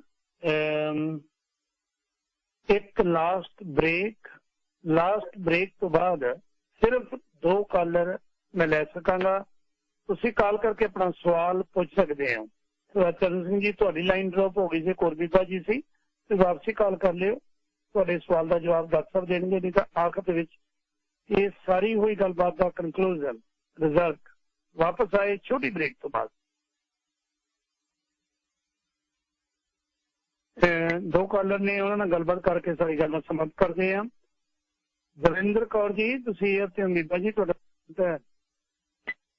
ਡਾਕਟਰ ਸਾਹਿਬ ਮੈਂ ਸੌਰੀ ਦੁਬਾਰਾ ਫਿਰ ਕਾਲ ਕੀਤੀ ਹੈ। ਮੇਰੀ ਇੱਕ ਰਹਿ ਗਿਆ ਸੀਗਾ ਕਿ ਮੈਨੂੰ ਬਲੱਡ ਪ੍ਰੈਸ਼ਰ ਜਿਵੇਂ ਦੱਸਿਆ ਸੀ ਤੇ ਥਾਇਰਾਇਡ ਆ, ਤੇ ਬਲੱਡ ਪ੍ਰੈਸ਼ਰ ਦੇ ਨਾਲ ਮੇਰਾ ਪੋਟਾਸ਼ੀਅਮ ਵੀ ਥੋੜਾ ਵੱਧਦਾ ਵਾ, 5.7 ਜਾਂ 5.8 ਹੋ ਜਾਂਦਾ। ਇਹਦੇ ਬਾਰੇ ਪੁੱਛਣਾ ਸੀ ਪਲੀਜ਼। पोटेशियम बढ़ता है, ओके। कितना रहता तो 5.7 हो जाता है डॉक्टर साहब। बीबा जी जिवें पहला भी जिक्र करके गए सी ब्लड प्रेशर, पोटाशियम का जिक्र करना भुल गए सी। पोटाशियम इज इट ओके 5.7 के घट वध है जी? ज्यादा हाँ 3.5 to 5.5 नॉर्मल है, 5.7 जरूर ज्यादा है। ਇਹਦੇ ਕਾਰਨਾਂ ਦੇ ਵਿੱਚ ਕਿਉਂਕਿ ਇਹਨਾਂ ਨੂੰ ਬਲੱਡ ਪ੍ਰੈਸ਼ਰ ਦੀ ਬਿਮਾਰੀ ਹੈ, ਸੋ ਦੋ ਕਾਰਨ ਹੋ ਸਕਦੇ ਨੇ। ਇੱਕ ਤਾਂ ਬਲੱਡ ਪ੍ਰੈਸ਼ਰ ਵਧੇ ਹੋਣ ਕਰਕੇ ਗੁਰਦੇ ਤੇ ਫਰਕ ਪਿਆ ਤੇ ਪੋਟਾਸ਼ੀਅਮ ਵੱਧ ਜਾਂਦਾ, ਉਹਦੇ ਵਿੱਚ ਹੀ ਆਪਣਾ ਸੀਰਮ ਕ੍ਰੀਏਟਿਨਿਨ ਕਰਵਾਉਣ, ਜੇ ਨਾਰਮਲ ਹੈ ਤਾਂ ਕੋਈ ਗੱਲ ਨਹੀਂ। ਦੂਸਰਾ ਕਾਰਨ ਹੁੰਦਾ ਕਿ ਕਈ ਦਵਾਈਆਂ ਨੇ ਬਲੱਡ ਪ੍ਰੈਸ਼ਰ ਦੀ, ਇਸ ਇਨਹਿਬਿਟਰ ਵਾਲਾਂ ਨੂੰ ਕਹਿੰਦੇ ਨੇ, ਜੇ ਕੈਪਟੋਪ੍ਰਿਲ ਜਾਂ ਇਨਾਲਾਪ੍ਰਿਲ ਵਰਗੀ ਕੋਈ ਦਵਾਈ ਖਾ ਰਹੇ ਨੇ ਤੇ ਉਹਦੇ ਨਾਲ ਵੀ ਪੋਟਾਸ਼ੀਅਮ ਵੱਧ ਸਕਦਾ। ਸੋ ਇਹ ਤੁਹਾਡਾ ਡਾਕਟਰ ਹੀ ਦੇਖ ਕੇ ਦੱਸੇਗਾ ਤੁਸੀਂ ਕਿਹੜੀ ਦਵਾਈ ਖਾ ਰਹੇ ਹੋ, ਇਹ ਗੁਰਦੇ ਦੀ ਤਕਲੀਫ ਕਰਕੇ ਤੁਹਾਡਾ ਪੋਟਾਸ਼ੀਅਮ ਵੱਧ ਰਿਹਾ ਜਾਂ ਤੁਹਾਡੀ ਦਵਾਈ ਕਰਕੇ। ਸੋ ਇਹ ਉਹੀ ਐਡਵਾਈਸ ਤੁਹਾਨੂੰ ਦੇਣਗੇ ਵੀ ਕੀ ਕਰਨਾ। ਜੀ ਅਗਲੇ ਕਾਲਰ ਨੇ ਸਰਦਾਰ ਰਵਿੰਦਰ ਸਿੰਘ ਜੀ, ਤੁਸੀਂ 에ਅਰ ਤੇ ਤੁਹਾਡਾ ਬਹੁਤ ਬਹੁਤ ਸਵਾਗਤ ਹੈ ਜੀ। ਕੁਐਸਚਨ ਬਲੱਡ ਪ੍ਰੈਸ਼ਰ ਬਾਰੇ ਹੈਗਾ। ਜਿੱਦਾਂ ਆਪਾਂ ਬਲੱਡ ਪ੍ਰੈਸ਼ਰ ਮਾਰਨਿੰਗ ਚੈੱਕ ਕਰਦੇ ਹਾਂ, ਆਫਟਰਨੂਨ ਚੈੱਕ ਕਰਦੇ ਹਾਂ ਤੇ ਰਾਤ ਨੂੰ ਚੈੱਕ ਕਰਦੇ ਹਾਂ, ਇਹ 3 ਡਿਫਰੈਂਟ ਰੀਡਿੰਗ ਆਉਂਦੇ ਹੈਗੇ ਤੇ ਇਹਨਾਂ ਦੀ ਐਵਰੇਜ ਡਿਟਰਮਿਨ ਕਰਦੀ ਆ ਬਈ ਬਲੱਡ ਪ੍ਰੈਸ਼ਰ ਤੁਹਾਨੂੰ ਹੈਗਾ ਜਾਂ ਨਹੀਂ ਹੈਗਾ। ਫਿਰ ਕਿਆ ਕ੍ਰਾਈਟੇਰੀਆ ਹੁੰਦਾ ਵੀ ਬਲੱਡ ਪ੍ਰੈਸ਼ਰ ਕਿੱਦਾਂ ਡਿਸਾਈਡ ਕਰਦੇ ਹੈਗੇ। ਫॉर एग्जांपल ਮੇਰਾ ਬਲੱਡ ਪ੍ਰੈਸ਼ਰ ਜੇ ਮਾਰਨਿੰਗ ਆਪਾਂ ਚੈੱਕ ਕਰਦੇ ਹਾਂ ਤਾਂ 115/75 ਆ ਜਾਂਦਾ ਹੈਗਾ, ਆਫਟਰਨੂਨ ਕਰਦੇ ਹੈਗੇ ਤੇ 125/80/85 ਹੁੰਦਾ ਹੈਗਾ, ਤੇ ਜੇ ਰਾਤ ਨੂੰ ਕਰਦੇ ਹੈਗੇ ਤੇ 144/90 ਇੰਨਾ ਵੀ ਆ ਜਾਂਦਾ ਹੈਗਾ, 150 ਤੇ ਵੀ ਚਲੇ ਜਾਂਦਾ ਕਈ ਦਫਾ। ਤੇ ਇਹ ਫਿਰ ਕਿੱਦਾਂ ਕ੍ਰਾਈਟੇਰੀਆ ਡਿਸਾਈਡ ਕਰਦੇ ਵੀ ਯੂ ਹੈਵ ਬਲੱਡ ਪ੍ਰੈਸ਼ਰ ਔਰ नो ਬਲੱਡ ਪ੍ਰੈਸ਼ਰ? जी डॉक्टर ओके 18 साल तो ऊपर ब्लड प्रेशर की डेफिनेशन इको ही है 140/90। जे वो 3 बार या 2 बार रिकॉर्डिंग से कंसिस्टेंटली वध रहा है तो वो 140/90 रिकॉर्ड होया तो इनू हाइपरटेंशन कहा जाता है। ਉਹਦੇ ਲਈ डिपेंडिंग ऑन एज या होर बीमारियां जे कोई नाल ने ਉਹਦੇ ਨਾਲ ਇਹਦਾ इलाज किया जाता है। तो पहली गल एक सिस्टम जो बहुत सिंपल है, क्योंकि दिन च कई बार बीपी रिकॉर्ड करते हैं, वैसे मैनू नहीं पता क्यों करते हैं, करना नहीं चाहिए। बीपी सिर्फ मॉर्निंग टाइम एंड रिकॉर्ड करन। नॉर्मल ब्लड प्रेशर हर किसी का दिन दे विच चेंज होएगा। जे एक मशीन होंदी है उन्होंने कहते एम्बुलेटरी बीपी रिकॉर्डिंग, वो थोड़े मशीन ला देगा डॉक्टर से, तुम 24 घंटे अपना काम करो, सौ वो अपना बीपी रिकॉर्ड करी जाएगा। तो तुम ये जान के बहुत हैरान हो गए कि कदे भी बीपी एक नहीं होंदा, सवेरे कुछ होंदा, दोपहर कुछ, शाम में कुछ ते रात में कुछ। ये बॉडी का नॉर्मल डिफेंस है। हर चीज ही इस तरह होंदी है। बॉडी टैंपरेचर जिहड़ा है वो भी चेंज होंदा, सवेर वेले घट होंदा ते शाम को 4 बजे ब्लड प्रेशर टैंपरेचर जिहड़ा है शरीर का वध होंदा। इहनूं डायरनल वेरिएशन कहते हैं, नॉर्मल है सब कुछ। तो लेकिन जे मॉर्निंग टाइम इन्हां दा 140/90 रह रहा है, परसिस्टेंटली रह रहा है, तो ब्लड प्रेशर की बीमारी है, तो फिर इसका इलाज करना चाहिए। जी बहुत धन्यवाद जी। मुझे डॉक्टर रंजीत सिंह सिद्धू कॉल कर रहे थे, उन्होंने का भी सवाल से काफी आखिरी कॉलर होंगे। डॉक्टर साहब प्रोग्राम दिलों की सांझ दे विच बहुत बहुत स्वागत है जी। हाँ जी सत श्री अकाल रंजीत सिंह जी, डॉक्टर साहब नूं भी सर श्री अकाल। हाँ जी सत श्री अकाल ते नानक नाम चढ़दी कला तेरे भाणे सरबत दा भला। सरबत दा भला चढ़दी कला। हाँ जी जे चढ़दी कला च रहना, ये भी अद्धियां बीमारियां नूं तां मतलब ये उही आप ललकारा मार के, जिवें बंदा ललकारा नहीं मार दिंदा भी कोई आउंदा होवे दुश्मन, तो ललकारा मार के बीमारियां तां ठीक हो जांदियां। जिवें अज वर्गे मैं कहना डीसी अज वर्गा दिन आ जिहड़ा अज डीसी च कोई बंदा घरे बैठा सोफे ते बैठा है ड्रामा देख रहा, उन्होंने घट तो घट बाहर घंटा 1.5 घंटा पूरा मतलब ला के, जिवें एक वीर जी ने सवाल पूछा सी 120 हार्ट रेट कहंदा रहिंदा है। बहुत वधिया गल है। मैनूं मेरे बेटे ने दस्सिया पापा जे जिम जाना एक्सरसाइज करनी है तो थोड़ा हार्ट रेट 100 तो बढ़ना चाहिए आधा घंटा। तो वो बहुत बहुत वधिया गल है। ਹਾਂਜੀ ਤੇ ਮੈਂ ਨਾ ਇੱਕ ਦੋ ਐਗਜ਼ਾਮਪਲਾਂ, ਮੈਨੂੰ ਕਿਸੇ ਨੇ 5-6 ਸਾਲ ਪਹਿਲਾਂ ਕਿਹਾ ਜਦੋਂ ਮੇਰੇ ਬੇਟੇ ਨੂੰ ਐਡਮਿਸ਼ਨ ਮਿਲੀ ਹੈ ਮੈਡੀਕਲ ਸਕੂਲ ਦੇ ਵਿੱਚ, ਕਹਿੰਦੇ ਐਂ ਕਰੋ ਕੰਮ ਛੱਡ ਦੇ। ਮੈਂ ਕਿਹਾ ਜੀ ਕੰਮ ਛੱਡ ਕੇ ਮੈਂ ਤਾਂ 10 ਦਿਨਾਂ 'ਚ ਮਰ ਜਾਣਾ ਜੇ ਮੈਂ ਕੰਮ ਛੱਡਤਾ ਤਾਂ। ਮੈਂ ਤਾਂ ਕੰਮ ਛੱਡਣਾ ਹੀ ਨਹੀਂਗਾ ਜਿੰਨਾ ਚਿਰ ਮੇਰੇ ਹੱਥ ਪੈਰ ਚੱਲਦੇ ਆ। 41 ਸਾਲ ਮੈਨੂੰ ਕੰਮ ਕਰਦੇ ਨੂੰ ਹੋ ਗਏ, 70 ਦਿਨ ਕੰਮ ਕਰਦਾ ਤੇ ਮੈਨੂੰ ਤਾਂ ਥਕਾਵਟ, ਜੇ ਮੈਂ ਘਰੇ ਰਹਿ ਜਾ ਉੱਤੇ ਮੈਂ ਥੱਕ ਜਾਂਦਾ ਤੇ ਮੈਂ ਕੰਮ ਕਰਦਾ ਤਾਂ ਥੱਕਦਾ ਹੀ ਨਹੀਂ। ਸੋ ਇਸ ਕਰਕੇ ਜਿਹੜਾ ਆਪਾਂ ਨੂੰ ਨਾ ਜਿਹੜੇ ਮਤਲਬ ਆਪਾਂ ਨੂੰ ਲੋਕ ਹੀ ਕੰਮ ਕਰਨਾ ਹਟਾ ਦਿੰਦਾ। ਤੂੰ ਹੁਣ ਏਦਾਂ ਹੋ ਗਿਆ, ਤੂੰ ਹੁਣ ਇੰਨਾ ਹੋ ਗਿਆ, ਇੰਨਾ ਤਾਂ age is not a disease. ਜਿਹੜੀ ਉਮਰ ਹੈ ਉਹ ਕੋਈ ਬਿਮਾਰੀ ਨਹੀਂ ਗੀ। ਬਿਮਾਰੀ ਉਦੋਂ ਹੁੰਦੀ ਹੈ ਜਦੋਂ ਤੁਸੀਂ ਆਪਣੇ ਆਪ ਨੂੰ ਬਿਮਾਰ ਜਾਂ ਆਪਣੇ ਆਪ ਨੂੰ ਬੁੱਢਾ ਫੀਲ ਕਰਦੇ ਆ। ਦੂਜੀ ਗੱਲ ਡਾਕਟਰ ਸਾਹਿਬ ਨਾਲ ਕੁਛ ਗੱਲਾਂ ਕਰਨੀਆਂ ਆਪਣੀਆਂ, ਜਿਵੇਂ ਬੜੀ ਵਧੀਆ ਗੱਲ ਕਰਕੇ ਬਰਾਂਡੀ ਪੀ ਕੇ ਬਰਾਂਡੇ ਸੌਂ ਗਿਆ ਤੇ ਤੜਕੇ ਨੂੰ ਠੰਡਾ ਹੋ ਗਿਆ। ਬਿਲਕੁਲ ਬੜੀ ਨਵੀਆਂ ਗੱਲਾਂ ਸਿੱਖਣ ਨੂੰ ਮਿਲਦੀਆਂ। ਤੇ ਦੂਜੀ ਨਾ ਇੱਧਰ ਵੀ ਡਾਕਟਰ ਸਾਹਿਬ ਆਪਣਾ ਸਾਡੇ ਇੱਧਰ ਵੈਟਨਰੀ ਸਾਇੰਸ ਵੀ, ਐਨੀਮਲ ਸਾਇੰਸ ਦੇ ਵਿੱਚ ਵੀ ਸਾਨੂੰ ਮਤਲਬ ਹੈਗਾ ਜਿਹੜੇ ਡੌਗ ਨੂੰ ਹੈ ਉਹ ਹਾਈਪੋਥਾਇਰਾਇਡ ਹੁੰਦਾ ਤੇ ਬਿੱਲੀਆਂ ਨੂੰ ਹਾਈਪਰਥਾਇਰਾਇਡ ਹੁੰਦਾ। ਅਸੀਂ ਕਹਿੰਦੇ ਹਾਂ ਜੇ ਬਿੱਲੀ ਨੂੰ ਜਦੋਂ ਪੜ੍ਹਦੇ ਸੀ ਵੀ ਕਿਵੇਂ ਯਾਦ ਰੱਖਣਾ ਵੀ ਖਾਂਦੀ ਪੀਂਦੀ ਮਰਦੀ ਜਾਂਦੀ। ਬਿੱਲੀ ਖਾਂਦੀ ਪੀਂਦੀ ਬਹੁਤ ਹੁੰਦੀ ਆ, ਫਿਰ ਵੀ ਉਹਦਾ ਵੇਟ ਲੂਜ਼ ਹੁੰਦਾ ਰਹਿੰਦਾ। ਸੋ ਇਹ ਹਾਈਪਰਥਾਇਰਾਇਡ ਦੀ ਗੱਲ ਹੈ। ਜਿਹੜਾ ਹਾਈਪੋਥਾਇਰਾਇਡ ਜ਼ਿਆਦਾ ਕੁੱਤਿਆਂ 'ਚ ਹੁੰਦਾ ਇੱਧਰ, ਤੇ ਇਹ ਵੀ ਮਤਲਬ ਕੁੱਤੇ ਸੌਂਦੇ ਰਹਿੰਦੇ ਜ਼ਿਆਦਾ ਤੇ ਭਾਰ ਫਿਰ ਵੀ ਵਧੀ ਜਾਂਦਾ, ਘੱਟ ਖਾਂਦੇ ਆ। ਸੋ ਮੈਨੂੰ ਲੱਗਦਾ ਵੀ ਇਹੀ ਸਿੰਪਟਮ ਆਪਣੇ ਇੱਧਰ ਹੋਣਗੇ। ਤੇ ਇਹ ਜ਼ਰੂਰ ਜਿਹੜਾ ਸਾਡੇ ਦਿਲ ਦੇ ਵਿੱਚ ਹੈਗਾ ਇੱਕ ਮਤਲਬ ਗਲਤ ਧਾਰਨਾ ਸੀਗੀ ਵੀ ਪਾਕਿਸਤਾਨੀ ਲੂਣ, ਜਾਂ ਮੈਨੂੰ ਵੀ ਘਰ ਦੇ ਕਹਿੰਦੇ ਉਹ ਲੂਣ ਵਧੀਆ ਉਹ ਲੈ ਕੇ ਆਇਆ ਕਰੋ। ਸਾਨੂੰ ਇਹ ਪਤਾ ਲੱਗਿਆ ਇੱਕ ਬਿਨਾਂ ਇੱਕ ਨਾ ਤੁਸੀਂ ਕਿਸੇ ਦਿਨ ਜਾਂ ਭਾਵੇਂ ਅੱਜ ਹੀ ਦੱਸ ਦਿਓ, ਕਿਸੇ ਦਿਨ ਇਹ ਟਾਕ ਸ਼ੋ ਲੈ ਕੇ ਆਓ ਵੀ ਅਸੀਂ ਬਿਨਾਂ ਮਤਲਬ ਤੋਂ B ਕੰਪਲੈਕਸ ਕੈਪਸੂਲ ਬਹੁਤ ਖਾਂਦੇ ਆ। ਜਿਵੇਂ ਤੁਸੀਂ ਕਹਿੰਦੇ ਵੀ ਤੁਹਾਡਾ ਗਲੈਂਡ ਜੇ ਤੁਸੀਂ ਵੱਧ ਲੈਂਦੇ ਆ ਆਇਓਡੀਨ ਤਾਂ ਜਾਂ ਕੁਛ, ਤੇ ਉਹ ਥਾਇਰੋਕਸਿਨ ਤੋਂ ਜਿਹੜਾ ਗਲੈਂਡ ਬੰਦ ਕਰ ਦਿੰਦਾ ਕੰਮ ਕਰਨਾ। ਸੋ ਇਹ ਵੀ ਦੱਸੋ ਵੀ ਜੇ ਤੁਸੀਂ ਬਿਨਾਂ ਮਤਲਬ ਤੋਂ ਤੁਹਾਡਾ ਲਿਵਰ ਕੰਮ ਕਰਨੋਂ ਹਟ ਜੂ ਜੇ ਤੁਸੀਂ ਜਿਹੜੇ B ਕੰਪਲੈਕਸ ਹੈ ਉਹ ਬਿਨਾਂ ਮਤਲਬ ਤੋਂ ਖਾਈ ਜਾਂਦੇ ਆ। ਤੇ ਬਾਕੀ ਇੱਕ ਮੈਂ ਹੋਰ ਵੀ ਗੱਲ ਕਹਿਣਾ ਉਹਨਾਂ ਪੰਜਾਬੀਆਂ ਨੂੰ, ਖਾਸ ਤੌਰ ਤੇ ਜਿਹੜੇ ਕਹਿਣਗੇ ਮੈਂ ਪੰਜਾਬੀ ਆ, ਮੈਂ ਜੱਟ ਹਾਂ, ਉਹਦੀ ਗੋਗੜ ਵਧੀ ਮੈਨੂੰ ਚੰਗੀ ਨਹੀਂ ਲੱਗਦੀ, ਨਾ ਕਿਸੇ ਪੰਜਾਬੀ ਦੀ ਤੇ ਨਾ ਕਿਸੇ ਜੱਟ ਦੀ। ਧੰਨਵਾਦ।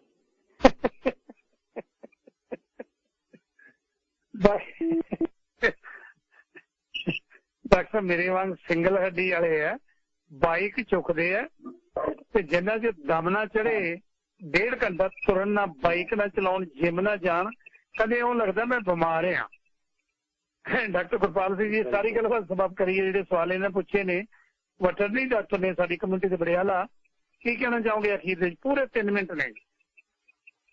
ਮੈਂ ਸਭ ਤੋਂ ਪਹਿਲਾਂ ਤਾਂ ਜੀ ਮੁਬਾਰਕ ਦੇਣਾ ਚਾਹਾਂਗਾ। ਬੜੇ ਸਿਆਣੀ, ਬਹੁਤ ਚੱਜੀ ਗੱਲ ਉਹਨਾਂ ਨੂੰ ਮਿਲੀ ਅੱਜ, ਤੇ ਦਿਲ ਬਹੁਤ ਖੁਸ਼ ਹੋਇਆ। ਜੋ ਇਹਨਾਂ ਨੇ ਗੱਲਾਂ ਕਹੀਆਂ ਮੈਂ 100% ਇਹਨਾਂ ਨਾਲ ਐਗਰੀ ਕਰਦਾ। ਤੇ ਵੱਧ B ਕੰਪਲੈਕਸ ਖਾਣੇ ਦੀ ਕੋਈ ਫਾਇਦਾ ਨਹੀਂ। ਐਂਟੀਆਕਸੀਡੈਂਟ ਕਦੇ ਆਪਾਂ ਇਹ ਟੌਪਿਕ ਵੀ ਲੈ ਕੇ ਆਈਏ ਤੇ ਜ਼ਰੂਰ ਇਹਦੇ ਤੇ ਡਿਸਕਸ ਕਰਾਂਗੇ। तो जिथे अभी अज जो बड़ा अच्छा तुसी टॉपिक चक्या भी हर कोई कहता जी मैनू थायराइड का रोग है। ये रोग एडल्ट दे वड्डियां दे विच सिम्पटम बहुत घट प्रोड्यूस करता, लेकिन जिन्होंने ये हुंदा उन्होंने दुखी बहुत करता। जब नहीं पता लगता तो आम तौर पर लोग कहते तेनों तो डिप्रैशन है, तू डिप्रैशन की दवाई खा लै, हुंदा वो थायराइड का रोग है।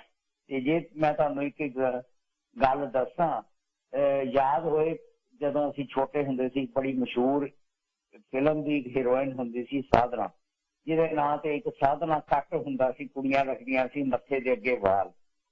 ओनू साधना नूं हाइपोथायराइडिज्म हो गया सीगा, ओहदा मोटी हो गई, वाल झड़ गए ओहदे, वो सुत्ती रहा करे, काम ना करे, पर जिहे जे वो करती होनी है, हूँ डॉक्टर को गई नहीं गई, बहुत टाइम तक ओहदा थायराइड का नुक्स ही डायग्नोज नहीं होया।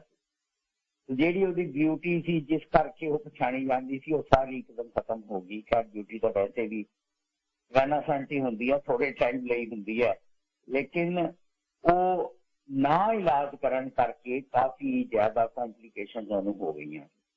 तो बड़ी ये बीमारी है जो कि इजीली डायग्नोज हो सकती है। एक सिंपल जहा टेस्ट है, तो इलाज उस भी सिंपल है, एक गोली वही खानी है, तो वो खानी सारी जिंदगी है।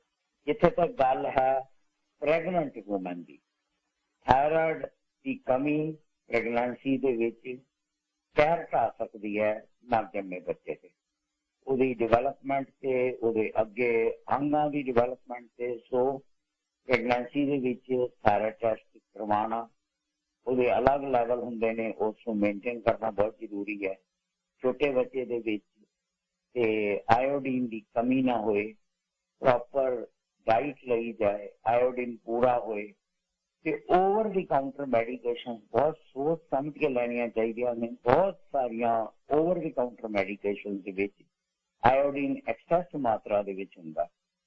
ਕੋਈ ਹਾਰਟ ਦੀ ਬਿਮਾਰੀ ਹੈ, ਕਿਸੇ ਪੇਸ਼ੈਂਟ ਨੂੰ ਕਾਰਡਰੋਨ ਦੀ ਦਵਾਈ ਚੱਲ ਰਹੀ ਹੈ, ਉਹਨੂੰ ਥਾਇਰਾਇਡ ਦਾ ਨੁਕਸ ਹੋ ਸਕਦਾ। ਇਕੱਲਾ ਘੱਟ ਨਹੀਂ, ਵੱਧ ਵੀ ਕੰਮ ਕਰ ਸਕਦਾ। ਅੱਜ ਕੁਝ ਸਮੇਂ ਦੀ ਕਮੀ ਕਰਕੇ ਅਸੀਂ ਸਿਰਫ ਥਾਇਰਾਇਡ ਦੇ ਘੱਟ ਕੰਮ ਕਰਨ ਦੀ ਗੱਲ ਕੀਤੀ ਹੈ, ਪਰ ਜਿੱਥੇ ਥਾਇਰਾਇਡ ਗਲੈਂਡ ਘੱਟ ਕੰਮ ਕਰਦਾ ਉਸ ਤਰੀਕੇ ਥਾਇਰਾਇਡ ਗਲੈਂਡ ਵੱਧ ਵੀ ਕੰਮ ਕਰਦਾ, ਤੇ ਉਹਦੇ ਵੀ ਆਪਣੇ ਇੱਕ ਅਲੱਗ ਸਿੰਪਟਮ ਕੰਪਲੈਕਸ ਹੈ ਤੇ ਅਲੱਗ ਉਹਦਾ ਇਲਾਜ ਹੈ। ਉਹ ਕਦੇ ਵਕਤ ਹੋਇਆ ਤੇ ਉਸ ਬਾਰੇ ਵੀ ਜ਼ਰੂਰ ਗੱਲ ਕਰਾਂਗੇ। ਜੀ ਜੀ ਜੀ ਡਾਕਟਰ, ਤੁਹਾਡਾ ਤਹਿ ਦਿਲੋਂ ਧੰਨਵਾਦ, ਤੁਸੀਂ ਸਮਾਂ ਕੱਢਿਆ ਤੇ ਬੜੀਆਂ ਅਹਿਮ ਗੱਲਾਂ ਬਾਤਾਂ ਅੱਜ ਦੇ ਪ੍ਰੋਗਰਾਮ ਦੇ ਵਿੱਚ ਕੀਤੀਆਂ ਨੇ। ਆਉਣ ਵਾਲੇ ਸਮੇਂ ਤੁਹਾਡੇ ਨਾਲ ਫਿਰ ਕਿਤੇ ਵਿਸਤਾਰ ਦੇ ਵਿੱਚ ਗੱਲਬਾਤ ਕਰਾਂਗੇ। ਸਮਾਂ ਕੱਢਿਆ, ਚੜ੍ਹਦੀ ਕਲਾ ਦੇ ਵਿੱਚ ਰਹੋ। ਡਾਕਟਰ ਹਰਸ਼ ਚੈਰੀਟੇਬਲ ਟਰਸਟ ਦੇ ਲਈ ਜੇ ਕੋਈ ਸੱਜਣ ਮਿੱਤਰ ਚਾਹੁੰਦਾ ਹੈ ਕਿ ਇਸ ਚੱਲਦੀ ਸੰਸਥਾ ਦੇ ਵਿੱਚ ਸਾਡਾ ਵੀ ਯੋਗਦਾਨ ਪਵੇ, ਡਾਕਟਰ ਸਾਹਿਬ ਉਹਦੇ ਵਾਸਤੇ ਥੋੜ੍ਹਾ ਜਿਹਾ ਦੱਸਿਓ ਵੀ ਕਿਹੜੇ ਨੰਬਰ ਤੇ ਤੁਹਾਡੇ ਨਾਲ ਸੰਪਰਕ ਕਰਨ ਕੁਝ ਪਰਿਵਾਰ ਦੇ ਚਾਹੁੰਦੇ ਨੇ ਤਾਂ। ਹਾਂਜੀ, 9855 66345 9855 66345। WhatsApp ਤੇ ਮੈਸੇਜ ਡ੍ਰੌਪ ਕਰ ਦਿਓ ਤੇ ਅੱਗੇ ਫਿਰ ਅਸੀਂ ਗੱਲ ਤੋਰ ਸਕਦੇ ਹਾਂ, ਜਿਹਦੇ ਮੈਂ ਤੁਹਾਨੂੰ ਡਿਟੇਲ ਦੱਸ ਸਕਦਾ ਕਿ ਕਿਸ ਤਰੀਕੇ ਤੁਸੀਂ ਸਾਡੀ ਮਦਦ ਕਰ ਸਕਦੇ। ਬਹੁਤ ਬਹੁਤ ਧੰਨਵਾਦ ਡਾਕਟਰ ਸਾਹਿਬ, ਦਿਲੋਂ ਧੰਨਵਾਦ, ਬਹੁਤ ਬਹੁਤ ਧੰਨਵਾਦ ਜੀ। ਰੱਬ ਰੱਖ। ਵਪਾਰਕ ਸੰਦੇਸ਼ ਲੈ ਲਈਏ ਤੇ ਖਾਸ ਇੱਕ ਹੋਰ ਮਹਿਮਾਨ ਨੇ ਜਿਹੜੇ ਮੇਰੇ ਕੋਲ ਪ੍ਰੋਗਰਾਮ ਦੇ ਵਿੱਚ ਸ਼ਾਮਲ ਹੋਣ ਜਾ ਰਹੇ ਨੇ। ਗੱਲਬਾਤ ਕਰਾਂਗੇ ਅਰਥ ਡੇ ਦੀ, ਬੜੀ ਅਹਿਮ ਗੱਲਬਾਤ ਕੁਝ ਪਲਾਂ ਬਾਅਦ।